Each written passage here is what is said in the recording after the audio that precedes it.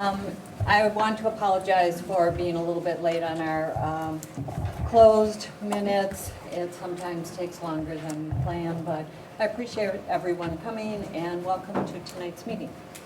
So we did begin at about 5:30 and we are now moving into the open part of our meeting. The first thing I need to do is move approval of our minutes from our last meeting of February 14th. So moved. And are there any concerns or questions on any of those minutes?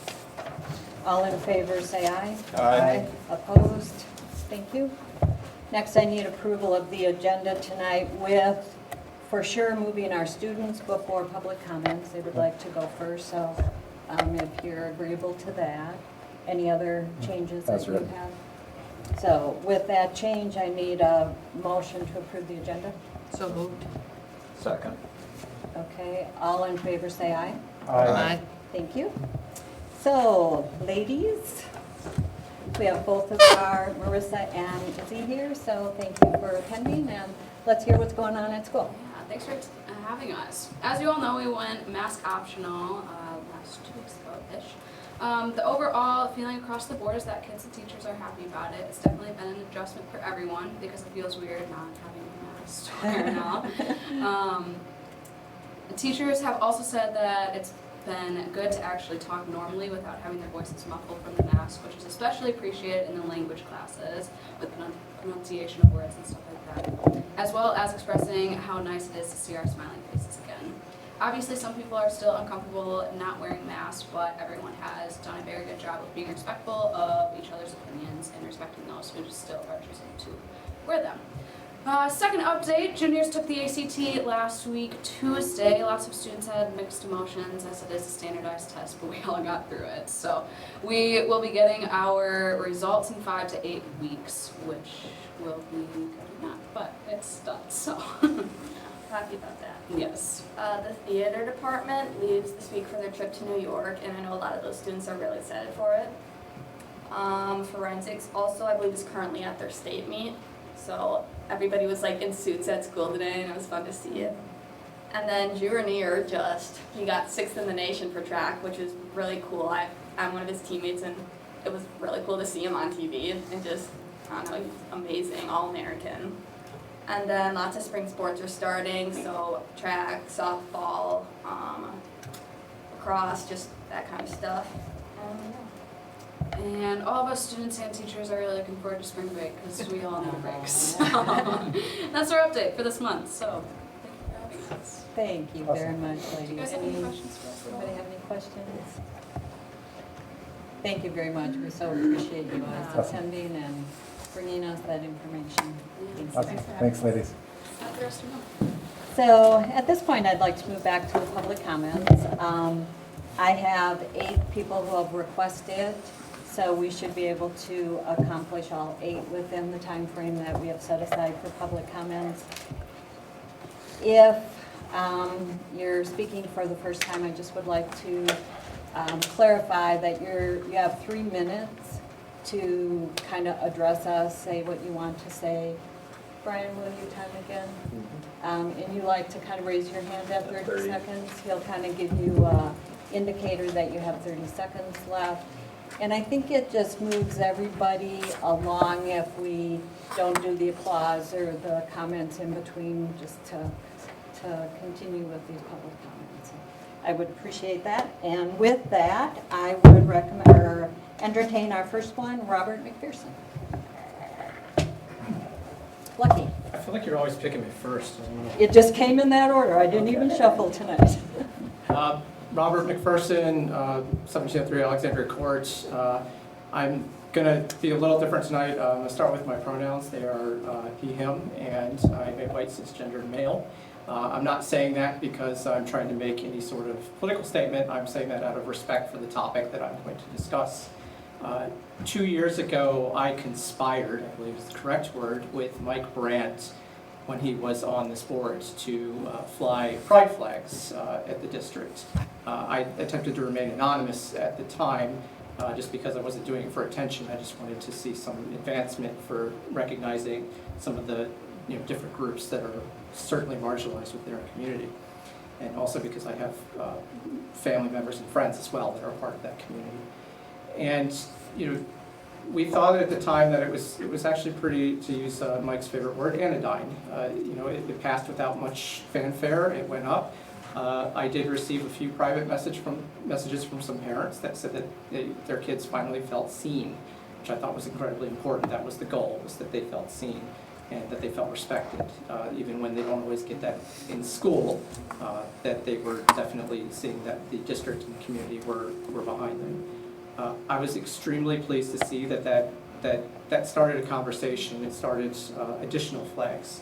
When we had the Juneteenth flag during February of last year, and then the Ho-Chunk flag just recently, it was great to see that we're doing that.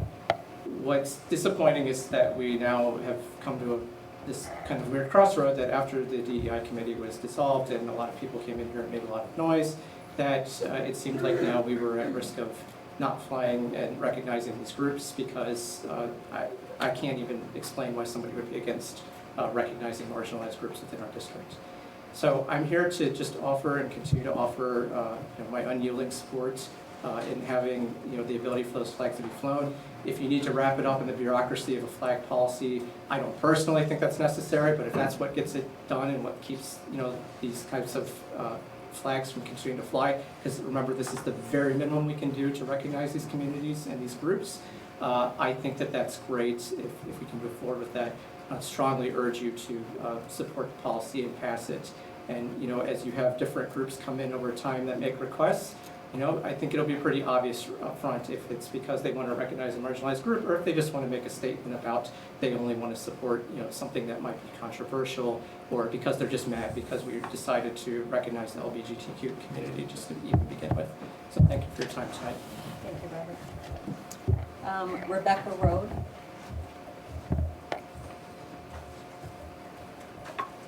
Hi, I'm Rebecca Rohde. I live on Shenandoah. I just want to bring up the diversity, equity, and inclusion thing like Robert was talking about. I feel like it's sort of gotten lost in, COVID and the masking and all that kind of stuff, and I really want to make sure that that's still at the forefront. That's a huge priority in our community. We really need to make sure that that's addressed and just make everybody feel welcome. The fact that it got pushed off to the side just feels maybe like a slap in the face to those people and their allies, and we really need to revisit that issue. Thank you. Thank you. Linda Ashmore.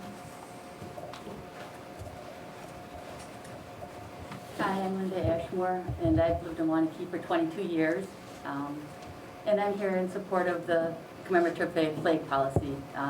Like other people have said, I support the different flags that have gone up, and it seems kind of disappointing that we have to go to a formal policy because some people don't like the diversity, equity, and inclusion aspect, it seems. But if that's where it is, then I'm supportive of that policy. And one of the things that other people have talked about is just how when you fly the flags, that if you have a flag for Black History Month, that prompts some discussion. It's like, okay, for me, I started subscribing to a newsletter that gave achievements of Black people, which I'm old. We didn't learn much about that when I was in school. Same with Pride. They're a marginalized group, and to make them feel included, I think it's really important. So I'm in favor of it, and thank you for your time. Thank you. Josie Tepp.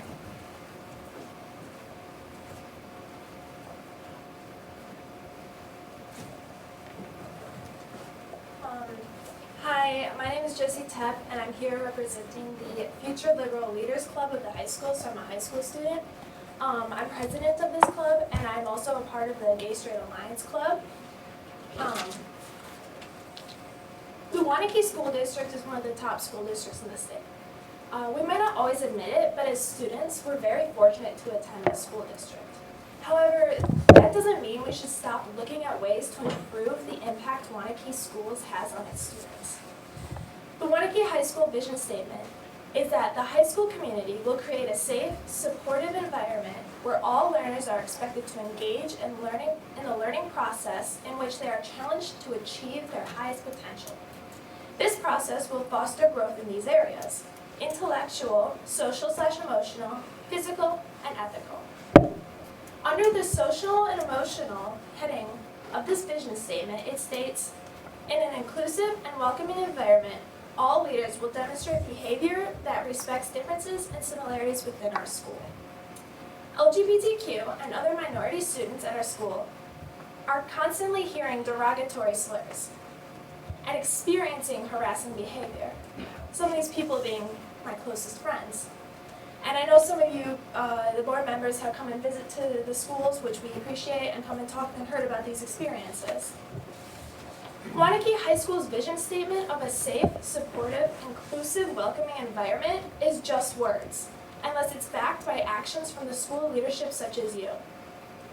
I urge the school board to use this opportunity to take an action that reflects Waunakee High School's vision statement by actively supporting the display of the representative flags for minority student groups. This type of visible, proactive support has been demonstrated to have measurable positive impacts on LGBTQ youth. Results from the Trevor Project's 2021 National Survey on LGBTQ youth mental health shows this impact. Transgender and non-binary youth are twice as likely to attempt suicide as a cisgender youth, cisgender meaning someone who identifies with the same sex they're born as. Affirmative action and acceptance specifically at schools had a positive impact on the attempted suicide rates for these kids.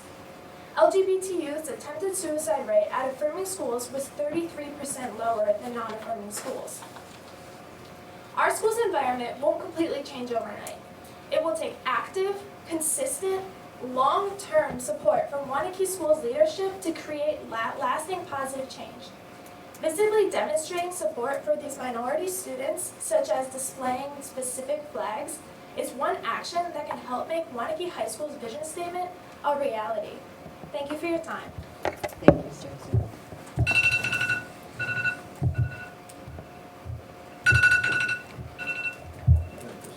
You had the others. Thanks for not making me feel alone. Excuse me, Callie Rice.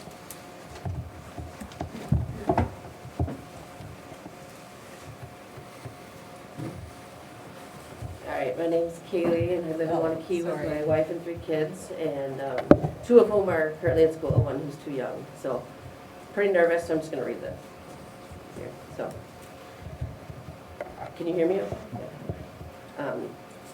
A flag alone cannot end hate, but it's certainly a step in the right direction. It shows that our school leadership's goal is to be inclusive and accepting of marginalized people, and that hatred will not be tolerated. When the schools first put up the rainbow flags, which are of course important to us, we took our kids for a walk to see them, and we had tears in our eyes the entire walk. Our kids, who were then 12, 7, and almost 1, didn't yet know that some people hated us because we loved each other. They didn't know that some people who live among us think that our family has no right to be a family. All our kids knew was that Mommy and Mama loved them to the moon and the back. The flags are a meaningful signal to my family that we might be accepted here. My wife, years ago, didn't think she would live to see the day that we could legally marry. Turns out our society can evolve. I'm hopeful that we will see the day that these flags aren't necessary for families like mine to feel accepted in Waunakee, but that day is not today. Thank you. Joel Lewis.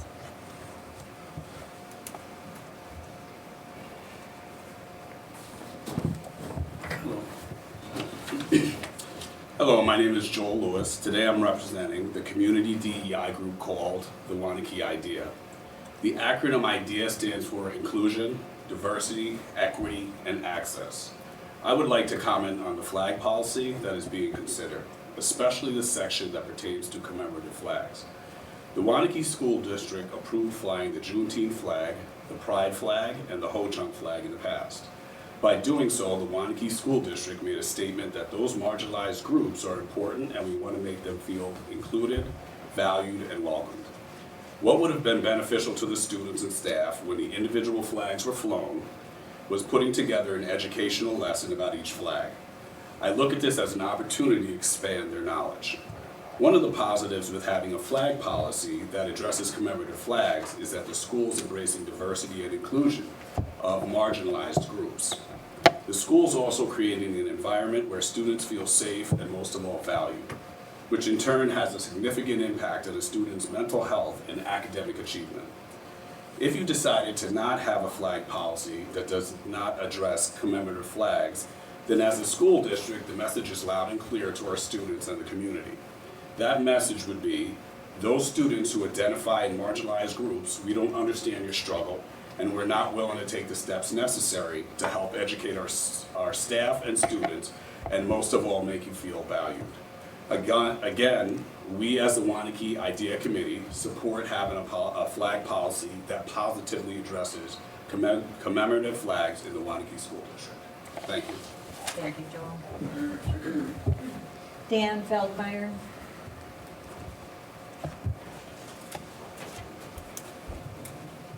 I wish I knew that it was going to be 3 minutes instead of 2 minutes, so I made my speech 2 minutes. I'm Dan Feldmeyer. I've lived in Waunakee for over half my life. I don't think we should be picking winners and losers by flying any commemorative flags, different than most people in this room. Flying the flag of one group is saying the group whose flag we are flying we want to honor, and anyone not in that group we don't want to honor. The problem with identity politics is just trying to see how we are all different instead of celebrating how we are similar. However, given what is happening in Ukraine, I would like to make an exception for a school to fly the flag of Ukraine. We definitely want to honor anyone with Ukrainian blood for what that country is going through. Then at each school, we can have a special flag raising event where we raise the Ukrainian flag. We can talk about anyone with Ukrainian blood is honest, honorable, and brave, and how we should celebrate anyone with Ukrainian blood or who is from Ukraine. At that same ceremony, we should burn a Russian flag. Then we can talk about how anyone with Russian blood is dishonorable, breaks any promise they make, and are probably guilty of war crimes. I am for Ukraine and against Russia. I know we can all unite what Ukraine is going through, and we can condemn Russia for what they are doing, and there will be no other way than raising this, by participating in this flag raising ceremony. I know I said commemorative flags separate us, but in this one instance, we should be able to agree that this case is different because it is good against evil. I'm not sure if the Ukrainian flag was flown over the Capitol, but I know at the State of the Union, both Democrats and Republicans were waving the Ukrainian flags, showing this flag is different and unites all of us. Now, do you understand how flying different flags actually does divide us? This example shows even the most uniting flag, as the Ukrainian flag, is really trying to pick people we want to honor, all Ukrainians, and people we want to dishonor, all Russians, those dirty Russians. Flags don't unite unless they're for everyone, not specific groups. Thank you. Thank you, Dan. Krista Schmilk. Did I say that right? Close. No, but it's fine. Schmelk. I married into it. Sorry. My name is Krista Schmelk, and I live at 500 Crest. I am a parent. I've been a parent at Heritage Intermediate and Middle School so far. I've been a paraeducator a few years ago at Prairie for 4 years, and I wanted to speak about why I am so excited to have the commemorative flags. As someone who's worked with just kindergarten and first graders, I can see the little ones that I have, the little ones that I've worked with who don't feel accepted, and then some of my middle schoolers' friends. Seeing a flag like a Juneteenth flag or a Pride flag does make a difference. I want our school district, which is so awesome in academics, sports, to be all about the whole child, right? This emotional health, and I love one of the elements of the policy that I like is that, you know, it's not just any flag. There are some boundaries, but specifically for the commemoration flags, we're going for these groups that need a visual sign that they're welcome. And it does make a difference. I can tell you, even in a little one, and even more so in the middle school, I would say. I also know our teachers, the ones I've worked for, and all the ones my kids have had will work. If we have an education piece on this, they will bring age-appropriate ways to talk to the little ones, all the way up to the big ones, the big boys. And I'm excited for that too. I have full faith in our teachers in our district that they will do a great job in incorporating this into our district. And I'm excited for my two little blonde, white-haired, blue-eyed boys to hear that as well. I want them to exit from this district with a full knowledge of what they should be looking out for, right? To how to include. So I'm really excited about continuing with the flags. And yeah, basically everything I can't remember your name, but everything you said when you came up here, she got done. I'm like, that's kind of it. So anyway. Thank you. And that concludes, I think. Anybody back there have any more? That was it. Thank you all for speaking. We do really appreciate you coming and sharing your views with us. So thank you. So moving on to our reports. Again, I'm not sure what teachers are here. I wasn't given. Thank you. That's right. The teacher report. I gotta take a moment though to applaud the young people here and their brave voices. I'm Rebecca Davis. I am a special ed teacher at Heritage, and I am a WTA rep in the building. My pronouns are she, her, hers. This week's been super busy as teachers prepare for conferences, and to echo, I think some of the young people that spoke earlier, we're all ready for a break. Hopefully a restful spring break. I did want to share that many staff were thankful for the shift on February 25th to not have a professional development day, but to have a work day. Many staff used it very productively to prepare report cards as well as collaborate with their staff members. Couple more things. The WTA recently hosted the 3rd annual Board of Education Candidate Forum. And if you haven't seen that yet and are interested, the link is on the WTA Facebook page. We encourage everyone to vote on April 5th. Also, the WTA is again hosting a scholarship for high school seniors who are pursuing an education minor. We've had some applications, but encourage others to continue to apply. And that is it for me. Any questions for Rebecca? Thank you very much for the report. Next is any board reports, if there are any events, programs, or meetings that you attended that you want to share. Joan, I would like to bring up, as one student brought up, some of us went to some of these student listening sessions. And while it's going to take a while for the board to coalesce and get their notes from all of them and do it together, I do think it's important to note how active the students were in the listening sessions, how many of them showed up. I was stunned.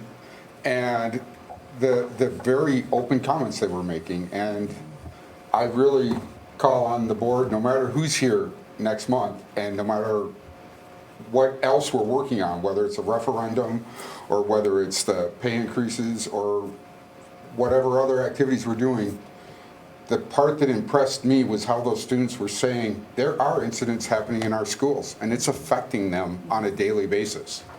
And if we take 6 months to a year to do something about it, that's another whole graduating class that just went by that we didn't help.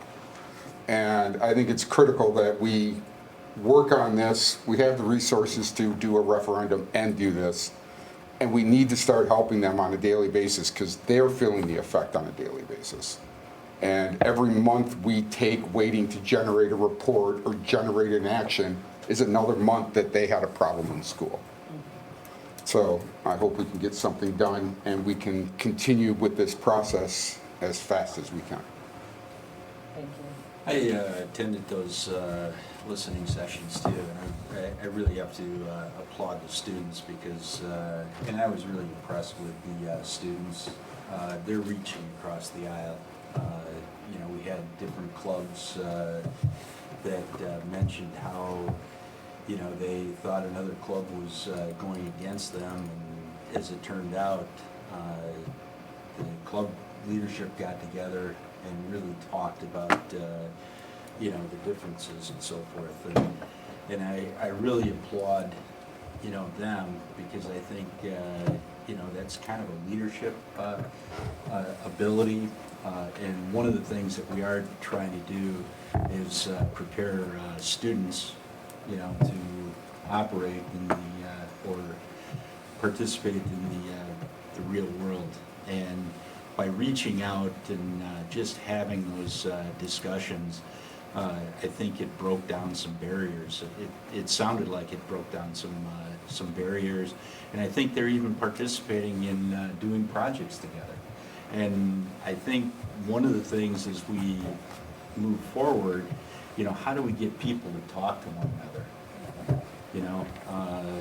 You know, we're talking at each other, but we're not really talking with each other. And I think, you know, the students have showed some great leadership, and it also gives them, you know, some confidence that they can reach out to other people.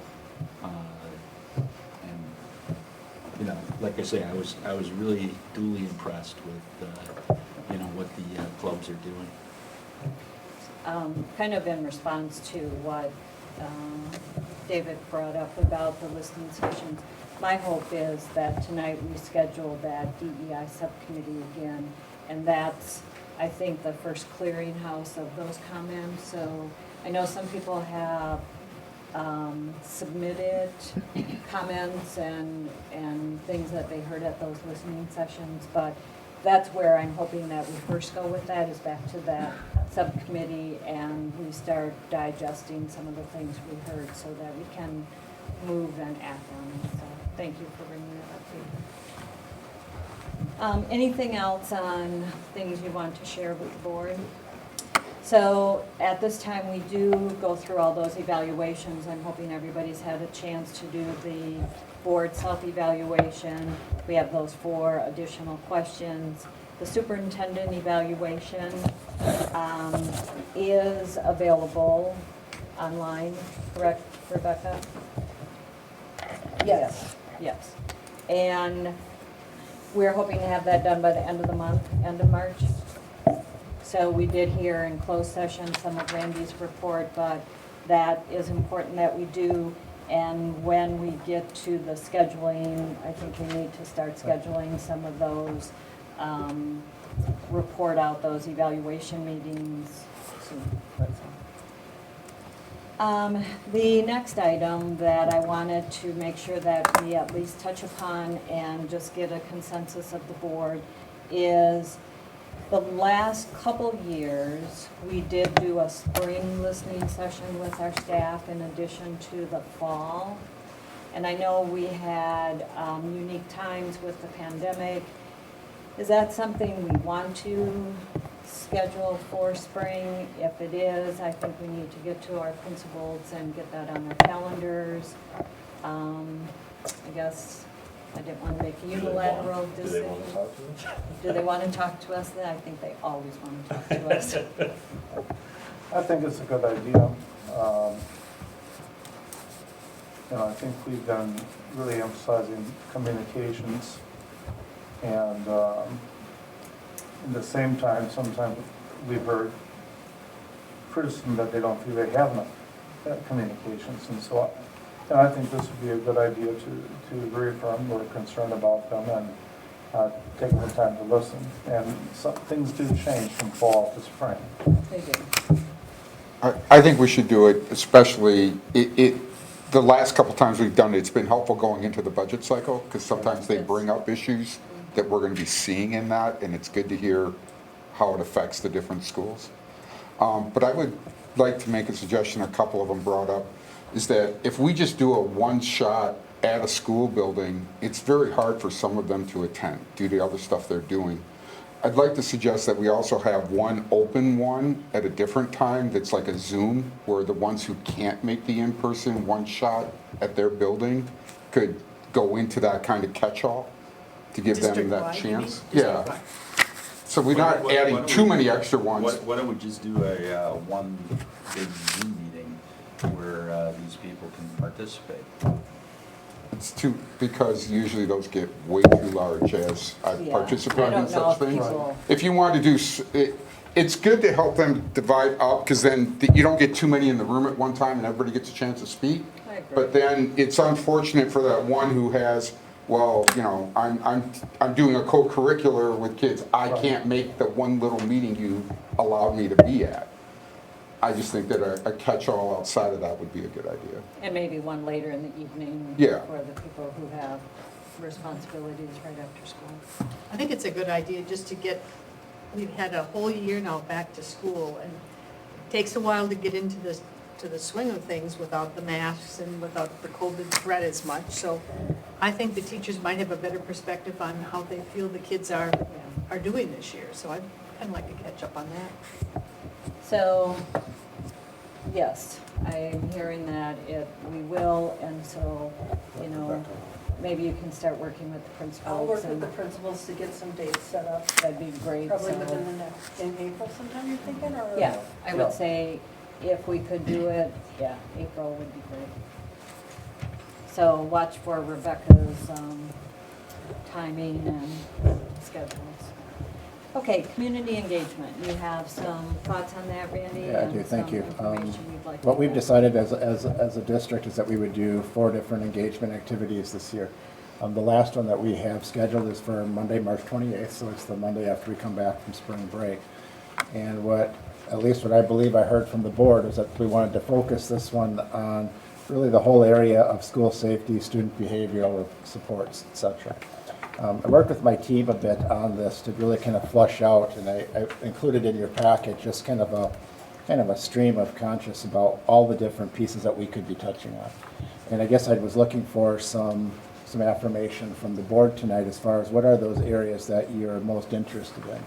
I mean, certainly school safety and school safety planning is an important part. We have to be really cautious on kind of how we lay those pieces out, because those are safety plans for the safety of our students and our staff.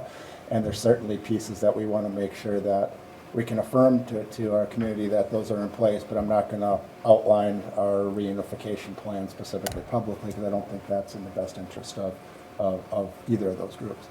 But certainly we have the ability to talk to both of these. So what I've really proposed in front of you is really a piece that I'd like some feedback on. I mean, one option is we can really kind of do what I would call a survey of touching on many of these items, from the school safety pieces down to really how we support students from a behavioral standpoint. Really, what does it mean when you have detention, suspension, expulsion, restorative practices? How do we report, and then how do we follow up on reports? And those are kind of the general topics that we put together. So if you'd like us to cover all of these, it's going to be at a much higher level. If there's some things that you'd like us to kind of break these out, and you say maybe we need to have another one at a point in the future where we focus on school safety specifically at one, and we look at kind of behavioral supports in another meeting. I'm just looking for some feedback as far as kind of what your feeling is, and kind of how you'd like us to kind of plan and move forward. With this being on the 28th, I'll be meeting with members of my team tomorrow to really be kind of vetting this out, so we can get the communications out and we can have it planned and ready to go before we leave on break at the end of the week. Whether it's a higher level for, it looks like 4 areas. Right. The thing I would recommend is that we take a pause between each section and allow for questions at that point rather than at the very end of things. That way, you know, it's a little bit more germane to what we just talked about. I wonder if it's too ambitious to do both of them.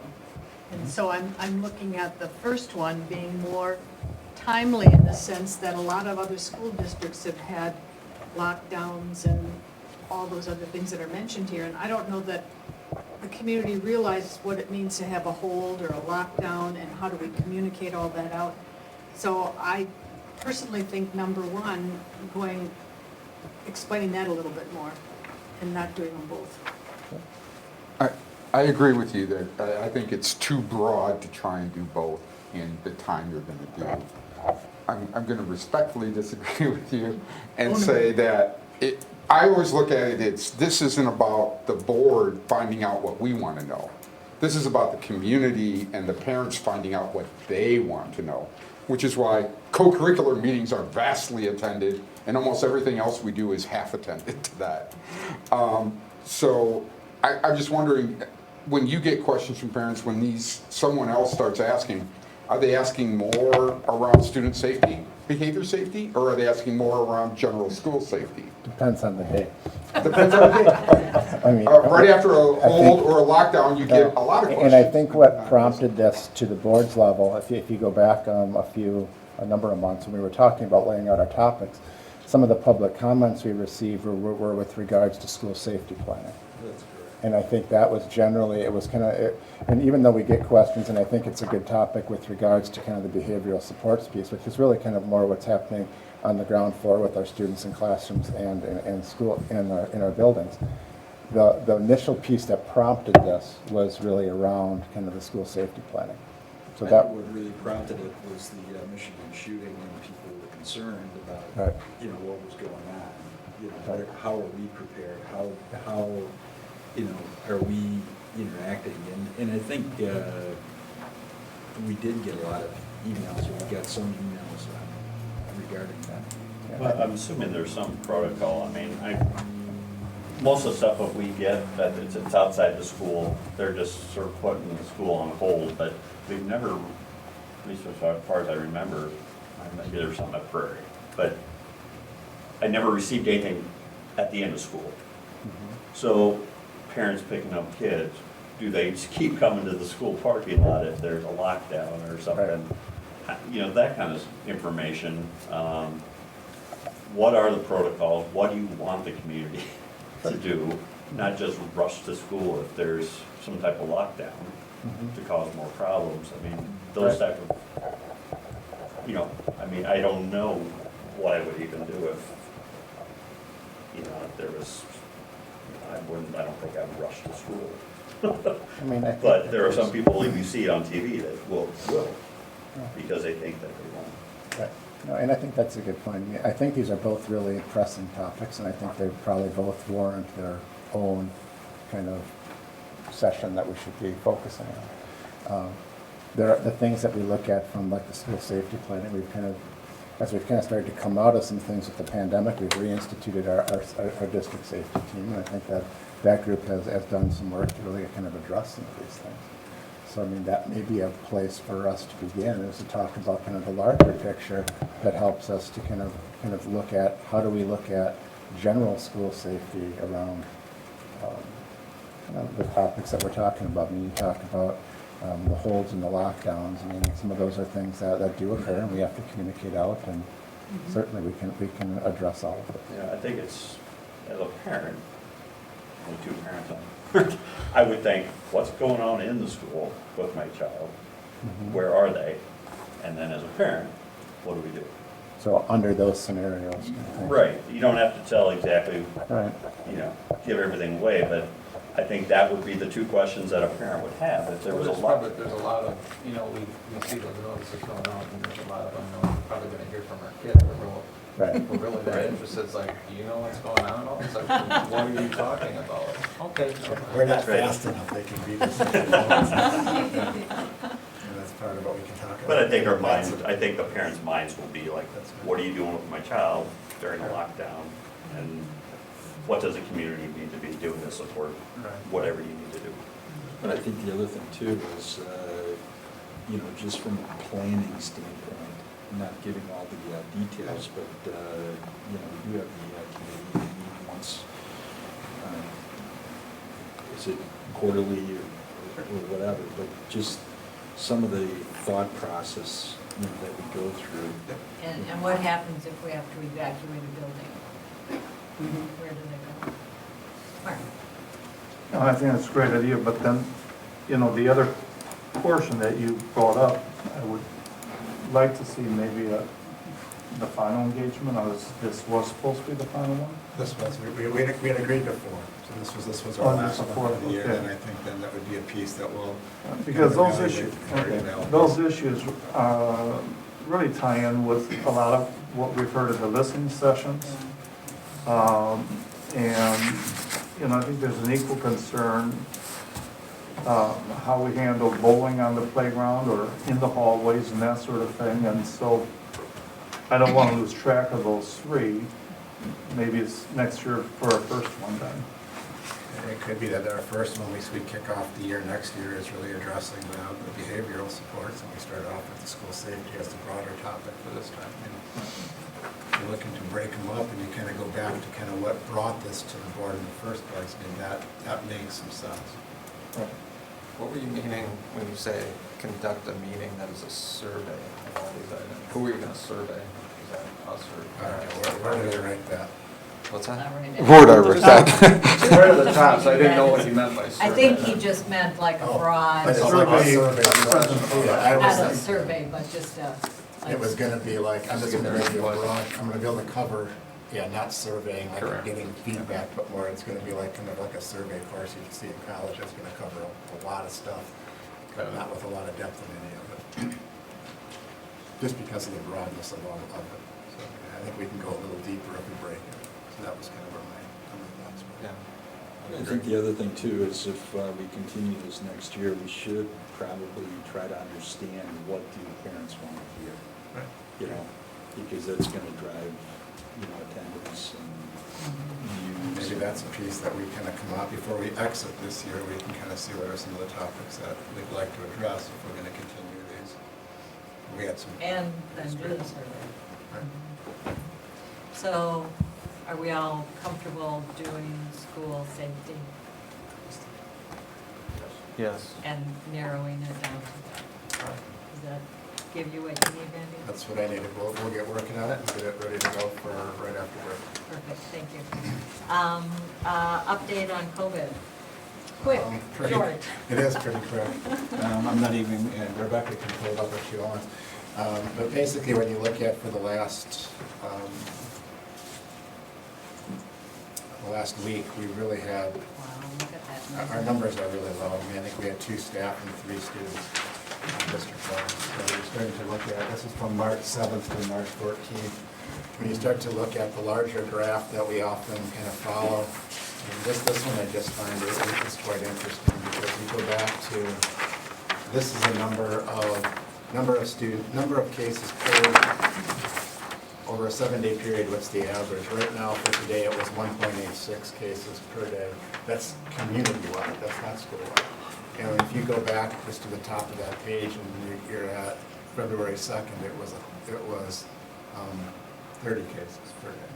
And then you start to look over that number to the right is you kind of effectualize that over 100,000 population. It's kind of that full, what's happening within your community. Beginning of February, that was over 1,000. Right now, it's 65 for our community. I think the Dane County, it's below 80.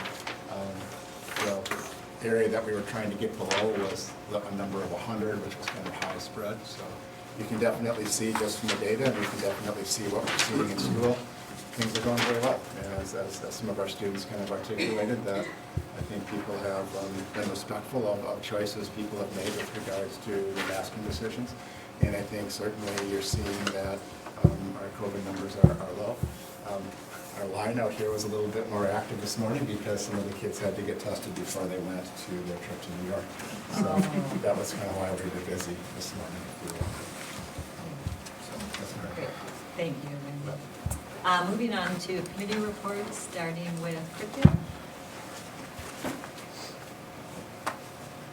Mark Ruccio. I'm sorry. That's okay. I didn't hear, but I see it here. So anyway, the minutes are available. There are two items that we're bringing to the board for a vote. I'm going to let Tim address them. The first one is the request to eliminate a course. Thank you, Mark. And, you know, I want to preface this by saying in more typical circumstances, we would bring this request to you at a different point in the year. But, you know, as I hope we reflected in the materials for the meeting, you know, as we've gone through the year and we've looked at our increasing enrollments and upcoming enrollment requests from students in the area of tech ed at the high school. And as the high school administrative team, Michelle McGlynn, our school to career coordinator, and the tech ed team have looked at kind of the scope and sequence of our tech ed courses between the middle school level and the high school level. They've come to a consensus that this introductory course doesn't really serve the purpose it might have served in, say, the past, 10 or 20 years ago. Enrollment has slowly been declining. The skills that students would pick up in the introductory course really are fully covered at the middle school level. And to provide more effective staffing with our current allocations for the other classes at the high school, their recommendation is that we sunset this and free up some instructor FTE for the higher demand courses that would not be the introductory courses. And when we had the curriculum committee meeting, we did have Michelle in providing her CTE update.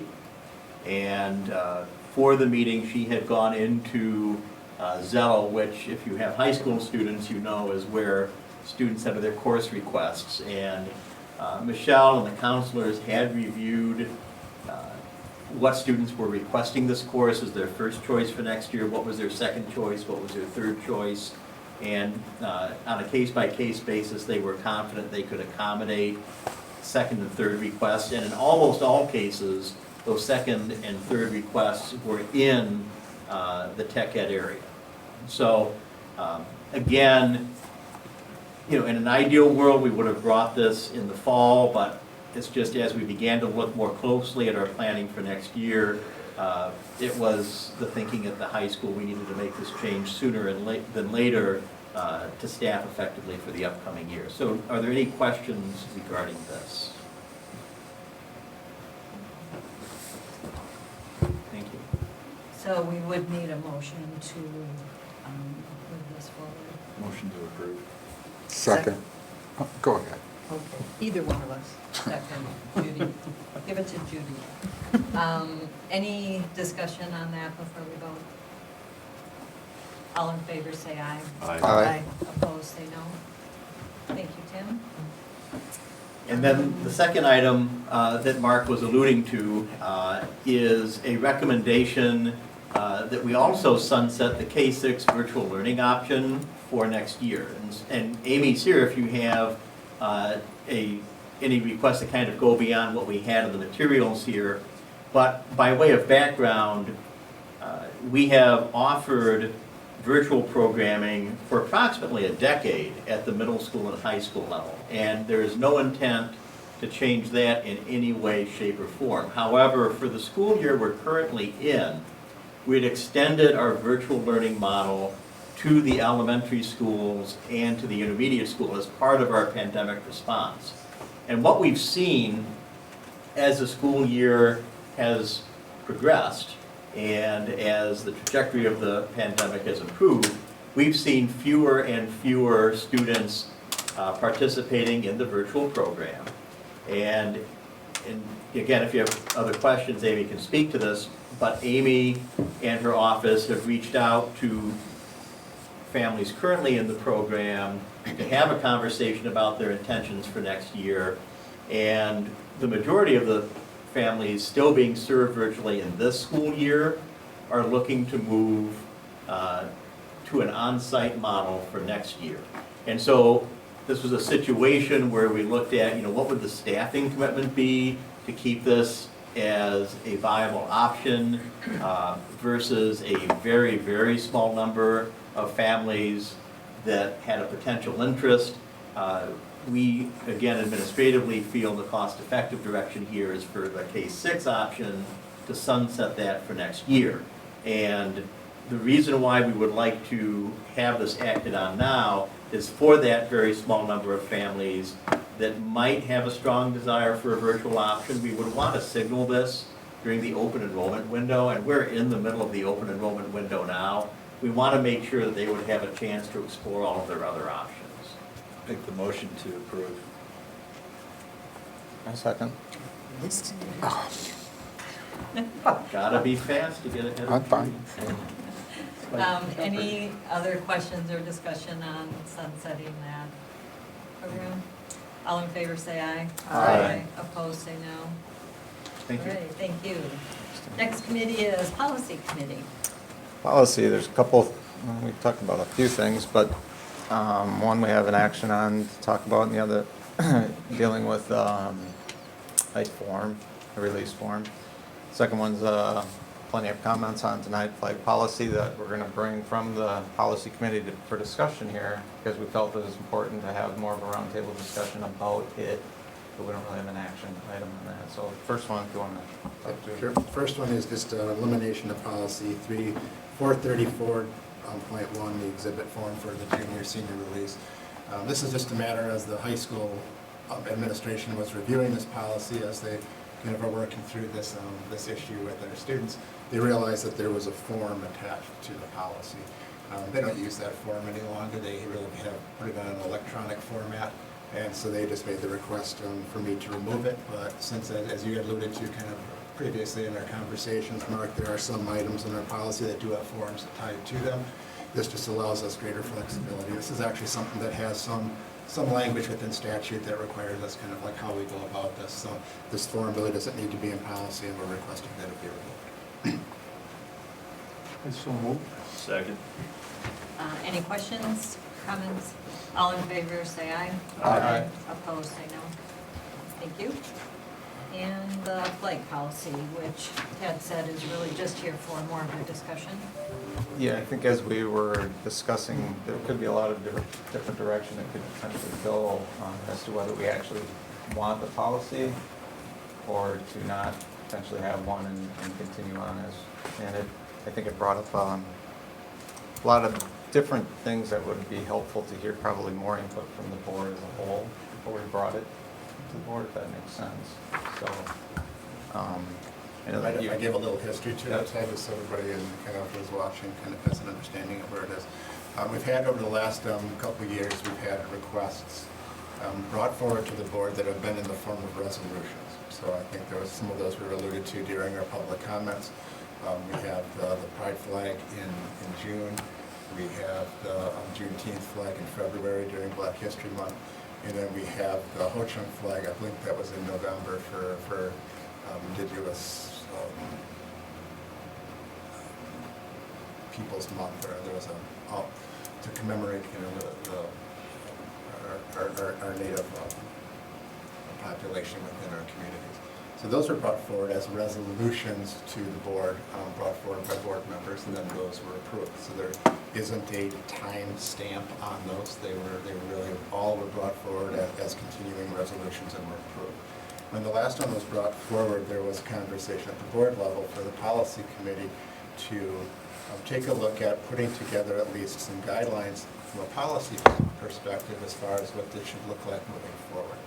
The policy committee took a look at several different policies. There's not a lot that school districts in Wisconsin have, and there's actually not a lot that K-12 school districts around the country have.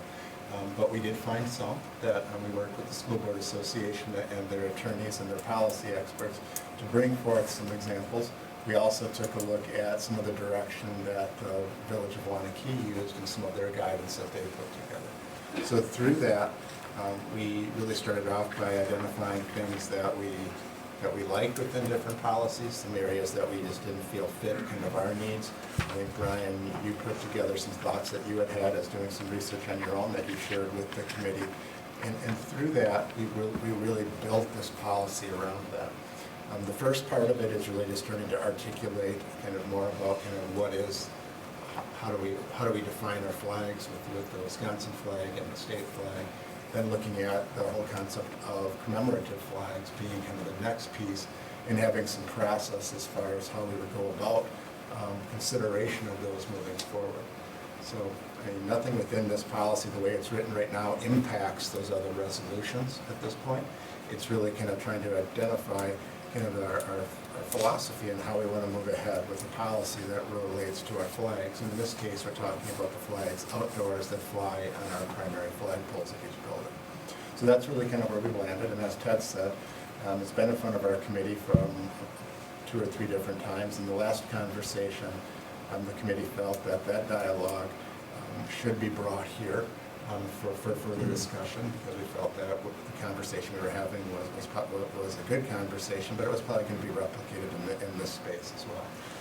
I think the way the item is noticed here, it gives you quite a bit of latitude as far as what you want to do with the policy here tonight. I mean, it certainly has the ability to approve, deny, modify, kick it back to committee. If there's things that you want us to look at in a different level, we certainly can do that. I know that there are some Supreme Court issues out there right now at the federal level that are looking at this, a very similar issue around this. So that's kind of the context of where we sit today, and I think that's kind of where we, kind of as Ted said, how we are wanting to bring it here to kind of expand that discussion and provide some direction for us. Anyone want to comment? So let's start it off. Yeah, could you move it up to the second page? Good. In the consideration for flags, bullet 2, does that exclude an individual coming to the board without asking an individual board member to present it? Or can it be either way?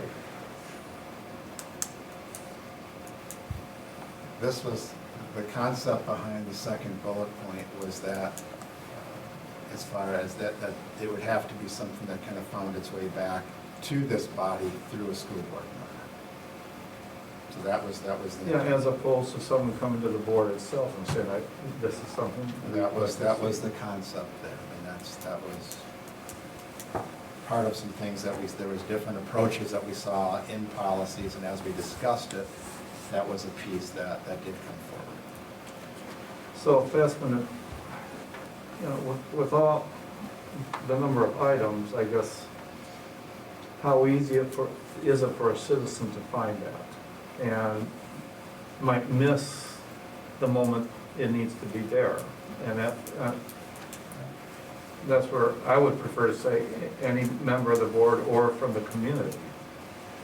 I don't know why it has to come to one board member before it comes to us. I would almost suggest that it come to administration, and the administration brings it to the board.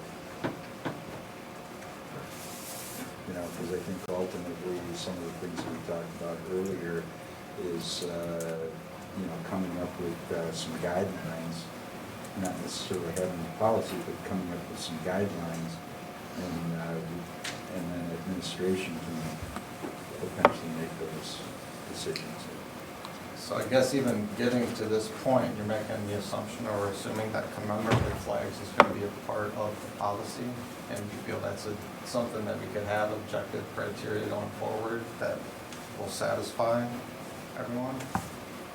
I think it's going to be very difficult. It's going to be very difficult to make an objective case. I think everything is subjective. We heard a lot of comments tonight. Every one of them used the term marginalized group in it. Not saying that a marginalized group isn't one that should be represented, but that was a common theme there. Could there be another group that comes up that isn't a marginalized group? There's nothing in commemorative flags that says anything about a marginalized group. Other than the first paragraph of that it said, any flag considered would support and align with the district's policies and support and be consistent with safe and inclusive learning. and working environment for all students, staff, and community members, that narrows it down a little, I think. In what way? Well, it has to have something to do with the students who are in the school. Any topic that you can come up with is going to probably have something to do with students in the school. That's what we're a learning environment, learning about everything. I don't know how you would, there could be some topics that are very controversial that probably fit that criteria that wouldn't maybe be appropriate. That's what, getting into this and having an objective set of criteria that's going to be solid is very difficult to come by, I would think. Well, there was something else about the meaning of what's being commemorated. I can't find it right now.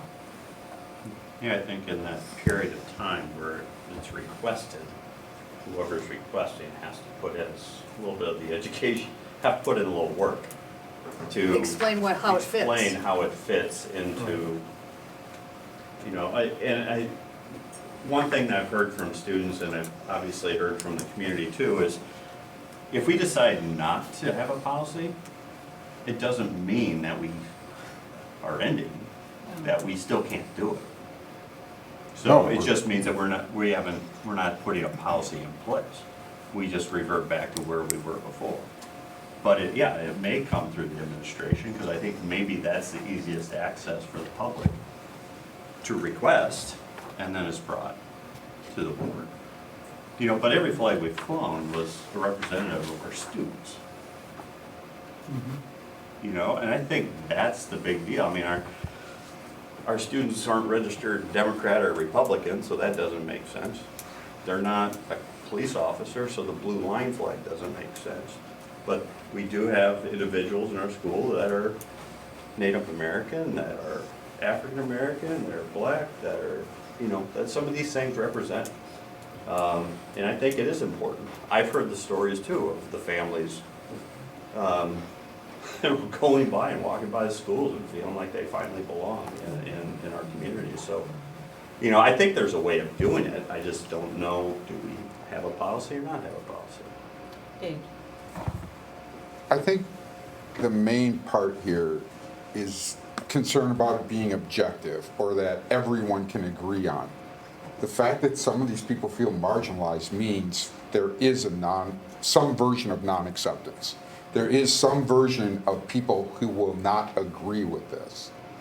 That's why these people are feeling marginalized. That's why they're feeling some version of harassment, as we heard at many listening sessions from many students. It is happening. They are feeling it. The minute you put up a flag recognizing them and trying to let them know they're included, someone's going to be unhappy with that. Because someone is obviously doing something now that is causing those students to feel unhappy. So we're trying to help each student be in a classroom and feel that they can benefit from the education we are providing. It doesn't do any good if they're feeling a level of harassment or non-inclusion that causes them not to want to be there. You can't have a great education when you're thinking about all of that instead. So we need to do something to help them.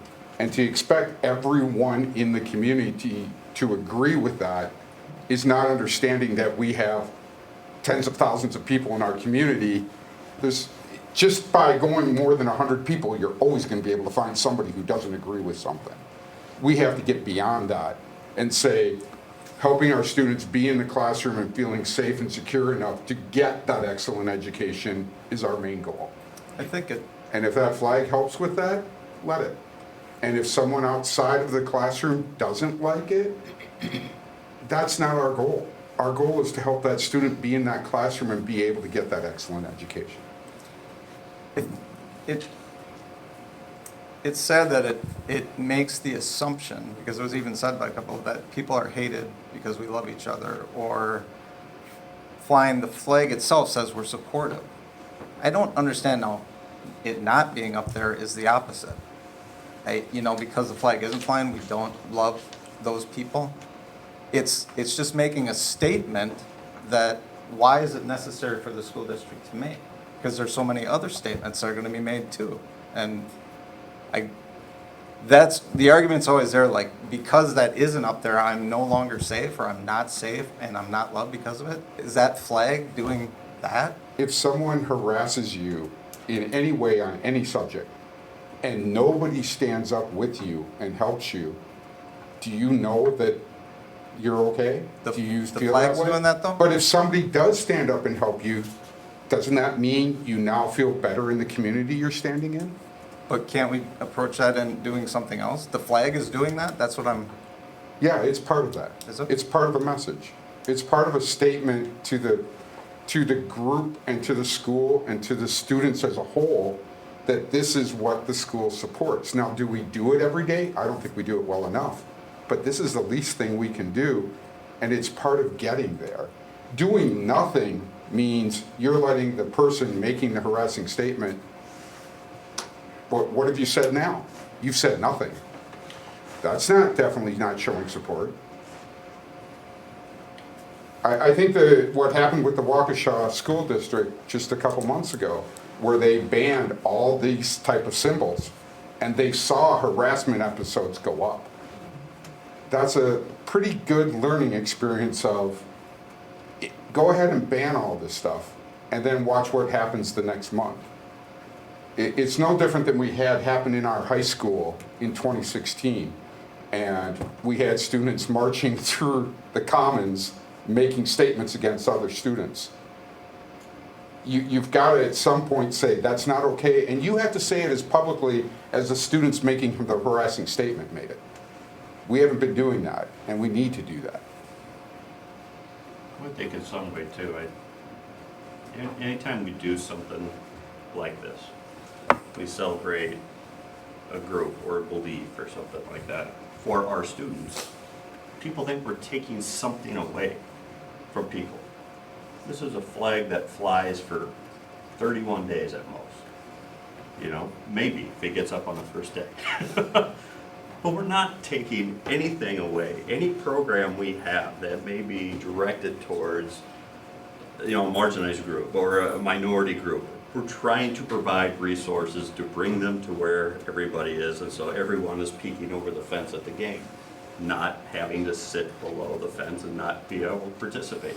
We're not taking anything away from the people that's not being represented by a flag. Well, I'd even argue that that's what the American flag symbolizes. It's not just recognizing our government, it's recognizing we're a nation of people who hopefully are united together. And that covers everybody. But in the same sense, we know from our listening sessions and anecdotes that we've heard other places, that we have large numbers of kids who are being, you know, harassed and bullied because of whatever their distinction is. And to me, these flags are a first step. And I think we need to do more than just put up a flag, but it's a visual to our marginalized students that, yeah, the district is brave enough to put up this flag, and that means they accept us and support us.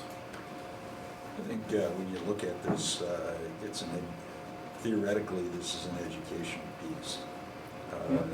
And quite frankly, if it sits up on the flagpole 30 feet in the air, it's not really, yeah, it's conveying a message that we support those, but there's nothing beyond that from an education standpoint, you know.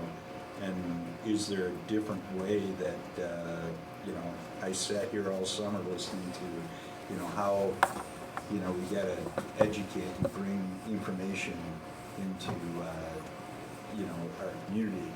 Is there another way that we can approach that so that it is an educational opportunity where, you know, if you've got the flag, you've got some type of narrative where people can, you know, read and, you know, you can put up your different, you know, people that you want to celebrate because of, you know, the flag. And I think what you're doing is, you know, you're breaking down barriers and boundaries.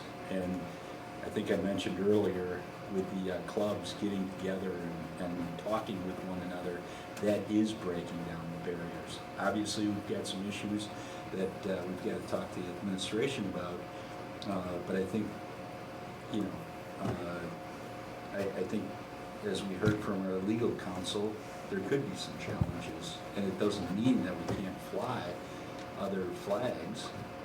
It's coming up with a different policy, or not policy, but a process on how do we give administration the tools to say this is okay and this is not. And that may be a better way to approach it, you know, putting some type of educational component to it, as well as, you know, not having a policy, because, you know, once you have a policy, people try to figure out how to get around the policy.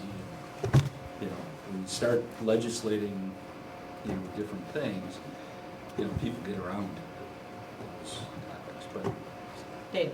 There is an educational piece to at least two of the flags. There is Black History Month. It's a requirement. There is Native American history. It is a requirement under state law. We are doing that. The flags just put up a public statement for the students about it. I can see a policy that says, how do we introduce these motions? How do they have to be, you know, structured? What components should be part of the motion? That's all fine. Policy, though, that tries to say exactly what the flag has to be or can't be is going to be more difficult because they are situational. So I'm not really big on whether there's a policy or not. I'm going to go along with that and work within its structure. I think the main thing is what is the heart of the matter, and that's we need to do more for our marginalized students, and this is just barely a step. So it was, to kind of go off what Jack was saying, it was asked in one of our listening sessions by one of us here, whether the individuals knew what that flag was out there, and I was surprised that no one did. They knew it was up there, and they thought it meant, you know, but they really didn't know what it was. So that is going on maybe and being educated, but it was still surprising that that group that we met with, I would have thought there would have been some knowledge about it, but it was kind of striking that they had no idea. And this has been flying for a couple weeks, you know. But then in another group, there was a great deal of knowledge about that same flag. And I don't know if you were there, Ted, but I was at You that asked the one. question at I the other asked one, the that's why question. I was Yeah. surprised with that. But again, we're still going back to commemorative being marginalized groups. What happens when we're gonna want to commemorate something else that is not like this? That's what I don't get where the criteria is going to be, and how are you, it's gonna be a discrimination sort of thing that you're gonna be fighting. I think if we go back to that the decision is with the board, we don't have a policy that you make these and then you get on automatically. You bring a process, like you say, have a process, what are we considering, what's the timeline? And then it comes here. Then it comes here, and we have to make a decision, yay or nay. And I don't think we want to put it in stone in a policy.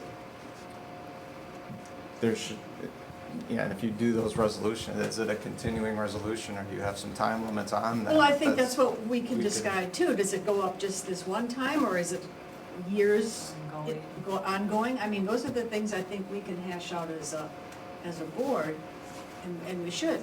I love the example of we had a foreign exchange student, we flew their nation's flag one day. One day. I would love the idea that every time we have a foreign exchange student, ask the foreign exchange student, but then possibly on their birthday, if they're here, we fly their nation's flag as a way to just say, it's cool we have someone from that country as part of the high school today. That's a great idea. That's one that would be kind of a one-shot. Makes sense. Native American and LGBT and Black history, those are an ongoing thing, and so they make sense to be ongoing. I mean, I think you can do either. So to Ted's point, you know, why wouldn't we commemorate the police? You know, if we think they're doing a good job, why wouldn't we commemorate the military if we think they're doing a good job? If, you know, it's, you know, how do we make that call?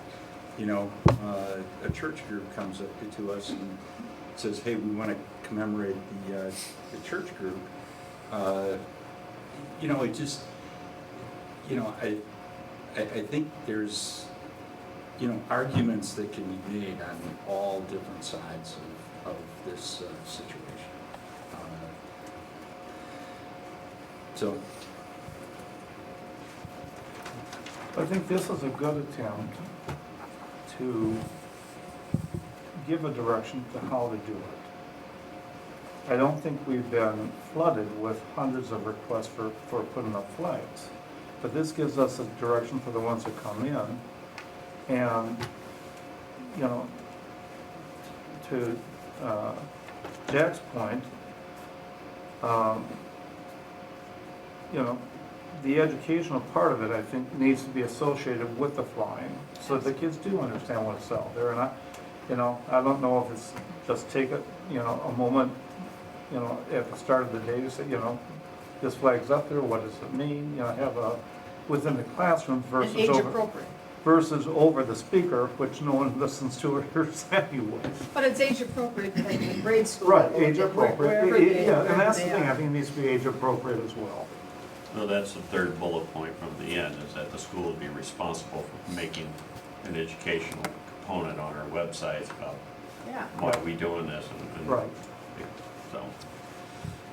So using these bullet points or fixing them a little bit as a guideline for the board when we're deciding what goes up or not, Right. and not putting it into a policy.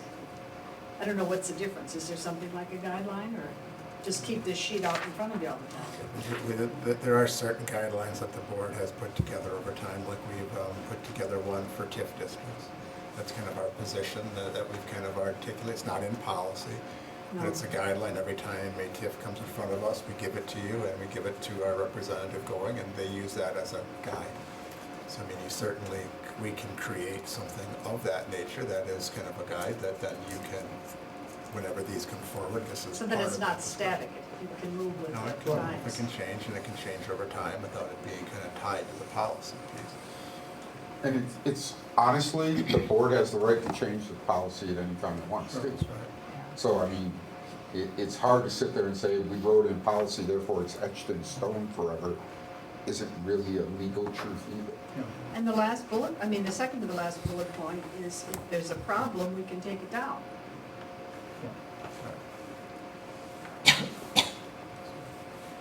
I think you have a few options in front of you. One is, I think what I've heard from many of you is trying to look at what's that criteria. And I think one of the things, and it kind of goes to what Jack was just talking about, as he was just kind of giving examples. That's the issue in front of the U.S. Supreme Court right now. And that's maybe a piece that you wait a few months to see what that falls out, because that's going to permeate kind of what the direction is as far as kind of, it's going to define that latitude. It's not, even though it's in, I believe it's Boston City Hall, but it's going to have an impact of kind of a government or a public agency that is having this discussion that's now in front of the court. So it doesn't negate any ability to do, I think as Brian said, you can continue to operate as we have. But if you're looking at some of the guidance as far as some of the criteria, etc., there may be merit to just wait to see what that looks like, so we have something else that kind of at least informs us along those lines. Yeah, I'd be in favor of keeping the three that we have going and then add whatever we come up with for whatever comes next. Because I think the three that we have make sense. It has an impact on our students and their families. If you don't like it, don't look at it. You know, I mean, I know that's blunt, but I'm just saying there are other symbols in our town that it's not about you, it's not about you, don't pay attention to it. But this is for our students, and it makes a big impact. And the listening students of all these, I was amazed, 25, 30 students showing up at these listening sessions. And I took my first notes and I pretty much sent them in for every other one, because Right. the same thing came up with all these students. And part of it was the flag policy. If it helps and it's a start, and a lot of them admitted this is just a small piece. it's the least our district can do for us, is to do this. And that was an insult to me, but it was, it was poignant, it was right, spot on, that's the way they believe, that's what they should have said, and it just made me say that, we need to look at different options. And some of the students had great options, simple things, you know, that could have started the next day. Hopefully they did, but. You could even put in showcases in your buildings and give each one of the clubs some type of, opportunity to, because, some of the kids said, well, why can't we fly this all year round, and, if it's in the building, at least it's there as a constant reminder, to people walking in and out of the building. Yeah, Anyways. I know when we talk to, our attorney and stuff like that too. I agree, I think that putting it in a case, I don't know, I think, I see that differently, I guess. I see that, if other states and our federal government don't recognize some of this stuff, I don't think we should be opening the gate to be able to people just put whatever association that they belong to or that they believe in. I think that really, there's some negative ones out there that we don't want, and then we'll have to really wonder why. To Jack's suggestion of internalizing it, that works at the high school, and it might work at the intermediate school because you have those larger gathering places, but none of the other schools have that. And so from my perspective, it's a more visual if it's on the flagpole than within the school. You can do both, but I'd rather see, from my perspective, it speaks more to every student when they come in, and it also speaks to the community. So I guess the question on the table is, do we have a policy or do we just make some rules? Is that what we're trying to decide right now? I think it's also waiting again till we hear the judgment from the Supreme Court, keep it on the table again to talk some more. So what we should do is table this until the Supreme Court decision. I think we really just wanted this input to come back to Yeah, the this policy. isn't for voting. It's going back to It's policy. going back to policy, to talk about it further, so I think we got some decent direction. Yeah, I think that gives us, I think going back to what Ted started with, is it's wanting to have the larger discussion here, and I think that gives us a little bit of direction. But in no means have we, it's either policy, no flag, or flags, or no policy, no flag. So, I think that's where I was hearing from students, I was hearing from the community. Yeah. That was not the thought. It was like, do we need to clean it up, to be able to, make better selections? By no means was my thought ever, if we don't have a policy, we don't fly flag. So. I'm not sure how that information got out that we're taking all the flags down. I don't know, but I heard it at almost every student listening session. But I do also appreciate one of the speakers tonight, that education part is so important. And I hope that, however this shakes out, that becomes a primary component to what we do.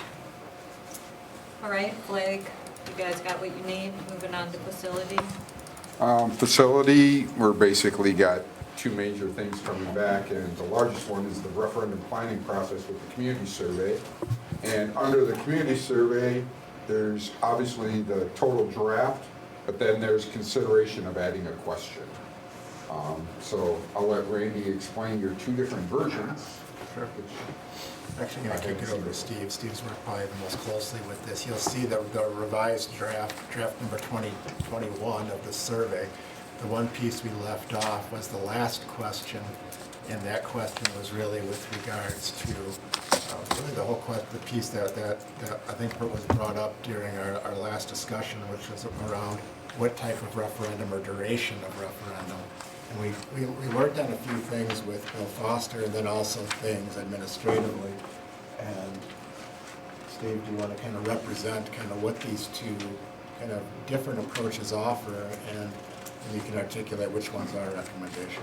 Sure, thank you, Randy. So at the facility committee meeting, there was a motion to request the addition of another question around the topic of operational referendums.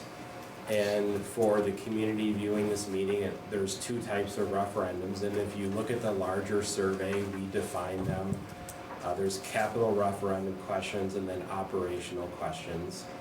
So the operational referendum discussion at the facility committee meeting, there was a motion made to add an additional question around the topic of duration / timing of operational referendum questions. That motion passed 2-1. Bill Foster works for the firm School Perceptions. Bill wrote up the top question that you see on the attachment that Rebecca has pulled up on the screen.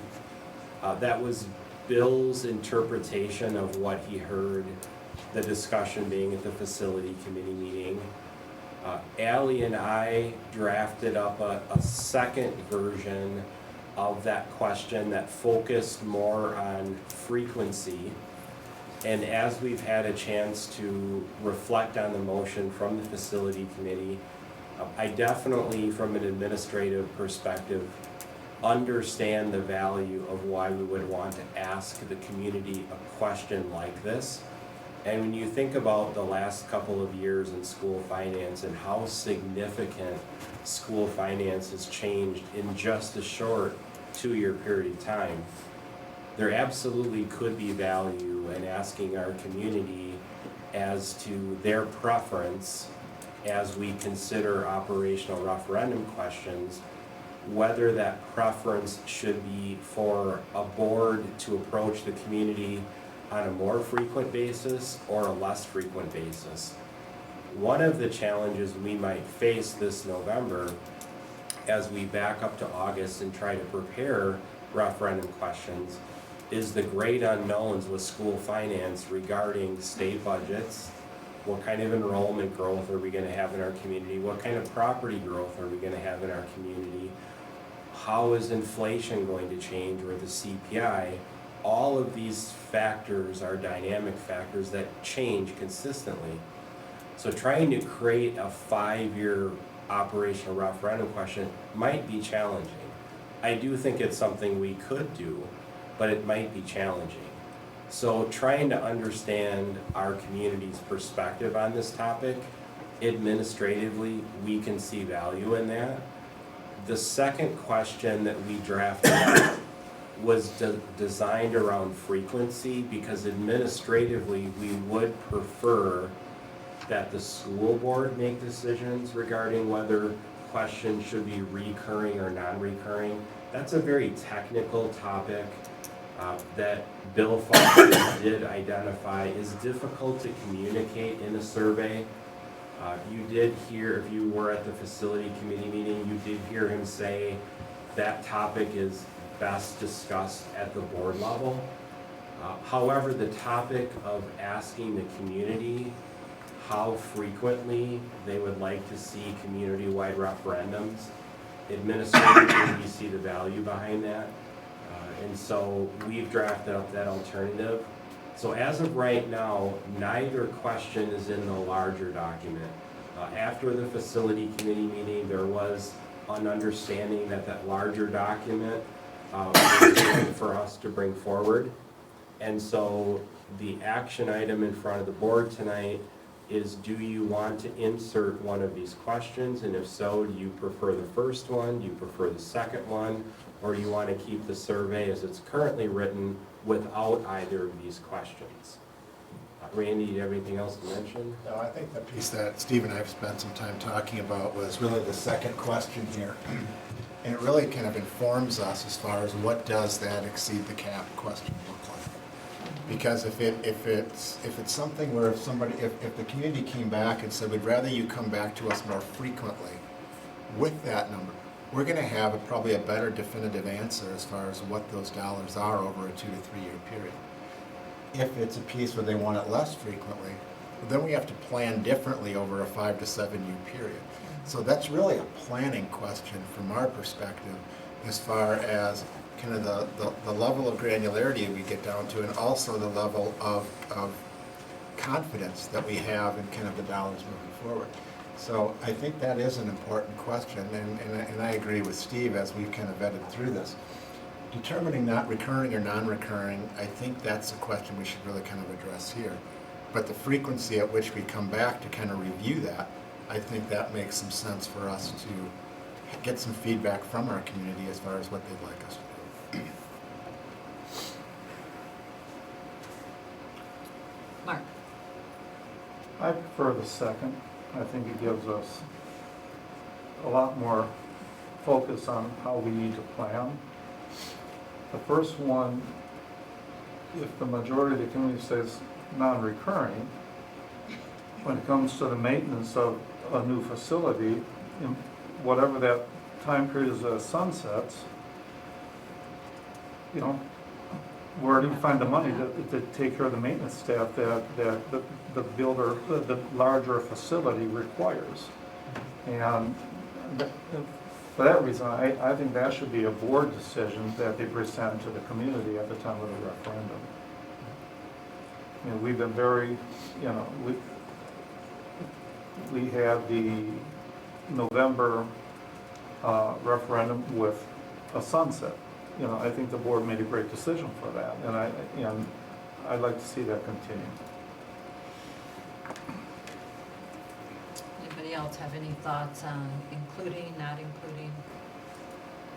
I think what we should do is put, you know, one of these questions in, you know, because it gives us flexibility to move forward, and it helps us in planning so that we're not taking big chunks, you know, from a referendum standpoint. It gives us an opportunity, if the community prefers it, to take smaller bites, and probably could, you know, help with minimizing our deferred maintenance and things like that. I disagree with both questions. And the reason is, when we look at what our operational referendum is, none of them end. You don't sit there and say, well, we're looking at salaries to retain and hire new teachers and say, in 5 years, we're going to stop. What did that just do? I Or don't his think, question about... Dave, I don't think Mark said that. No. Mark said... I'm not talking about what Mark said. I think what I heard was more frequent referendums. Let Dave finish. So, definitely the non-recurring and recurring is definitely a bad idea. That's not how you budget your house. You don't sit there and say, I'm gonna build a house, and then in 3 years, I'm gonna decide if I'm gonna pay to maintain my house anymore. That's just an economic disaster to set up a recurring, non-recurring question. The second one about less frequent or more frequent, I think we're creating one of two scenarios. If we say, if we get the answer back of more frequent, it's been pretty well shown and seen in Wisconsin with referendums that if you keep coming back every 2 to 3 years, what's gonna happen? You're guaranteed to lose. And what year is it you're ready to fail? What year is it that you went in with an operational referendum that you needed for some amount, and it fails? What do you do the next day? That's a problem. When you look at the operational referendum we're looking at, and the operational referendums we have done, it's never been about them sunsetting or about having to do them multiple times. And then if you say we want to do a less frequent one and they give you that answer, what happens if you hit an emergency like we did with COVID? Well, now you're breaking what you told them you were going to do. You're creating a false expectation no matter which answer they give you. You're either creating multiple mini referendums that whatever you needed it for the one time is going to fail because they're tired of seeing it every 2 years, Or you're creating them so far apart that when you did need to do an emergency one, there's an expectation you should be doing it. I don't understand how those answers help you one bit. We haven't been doing operational referendums just for fun. We haven't been doing them on a yearly budget cycle.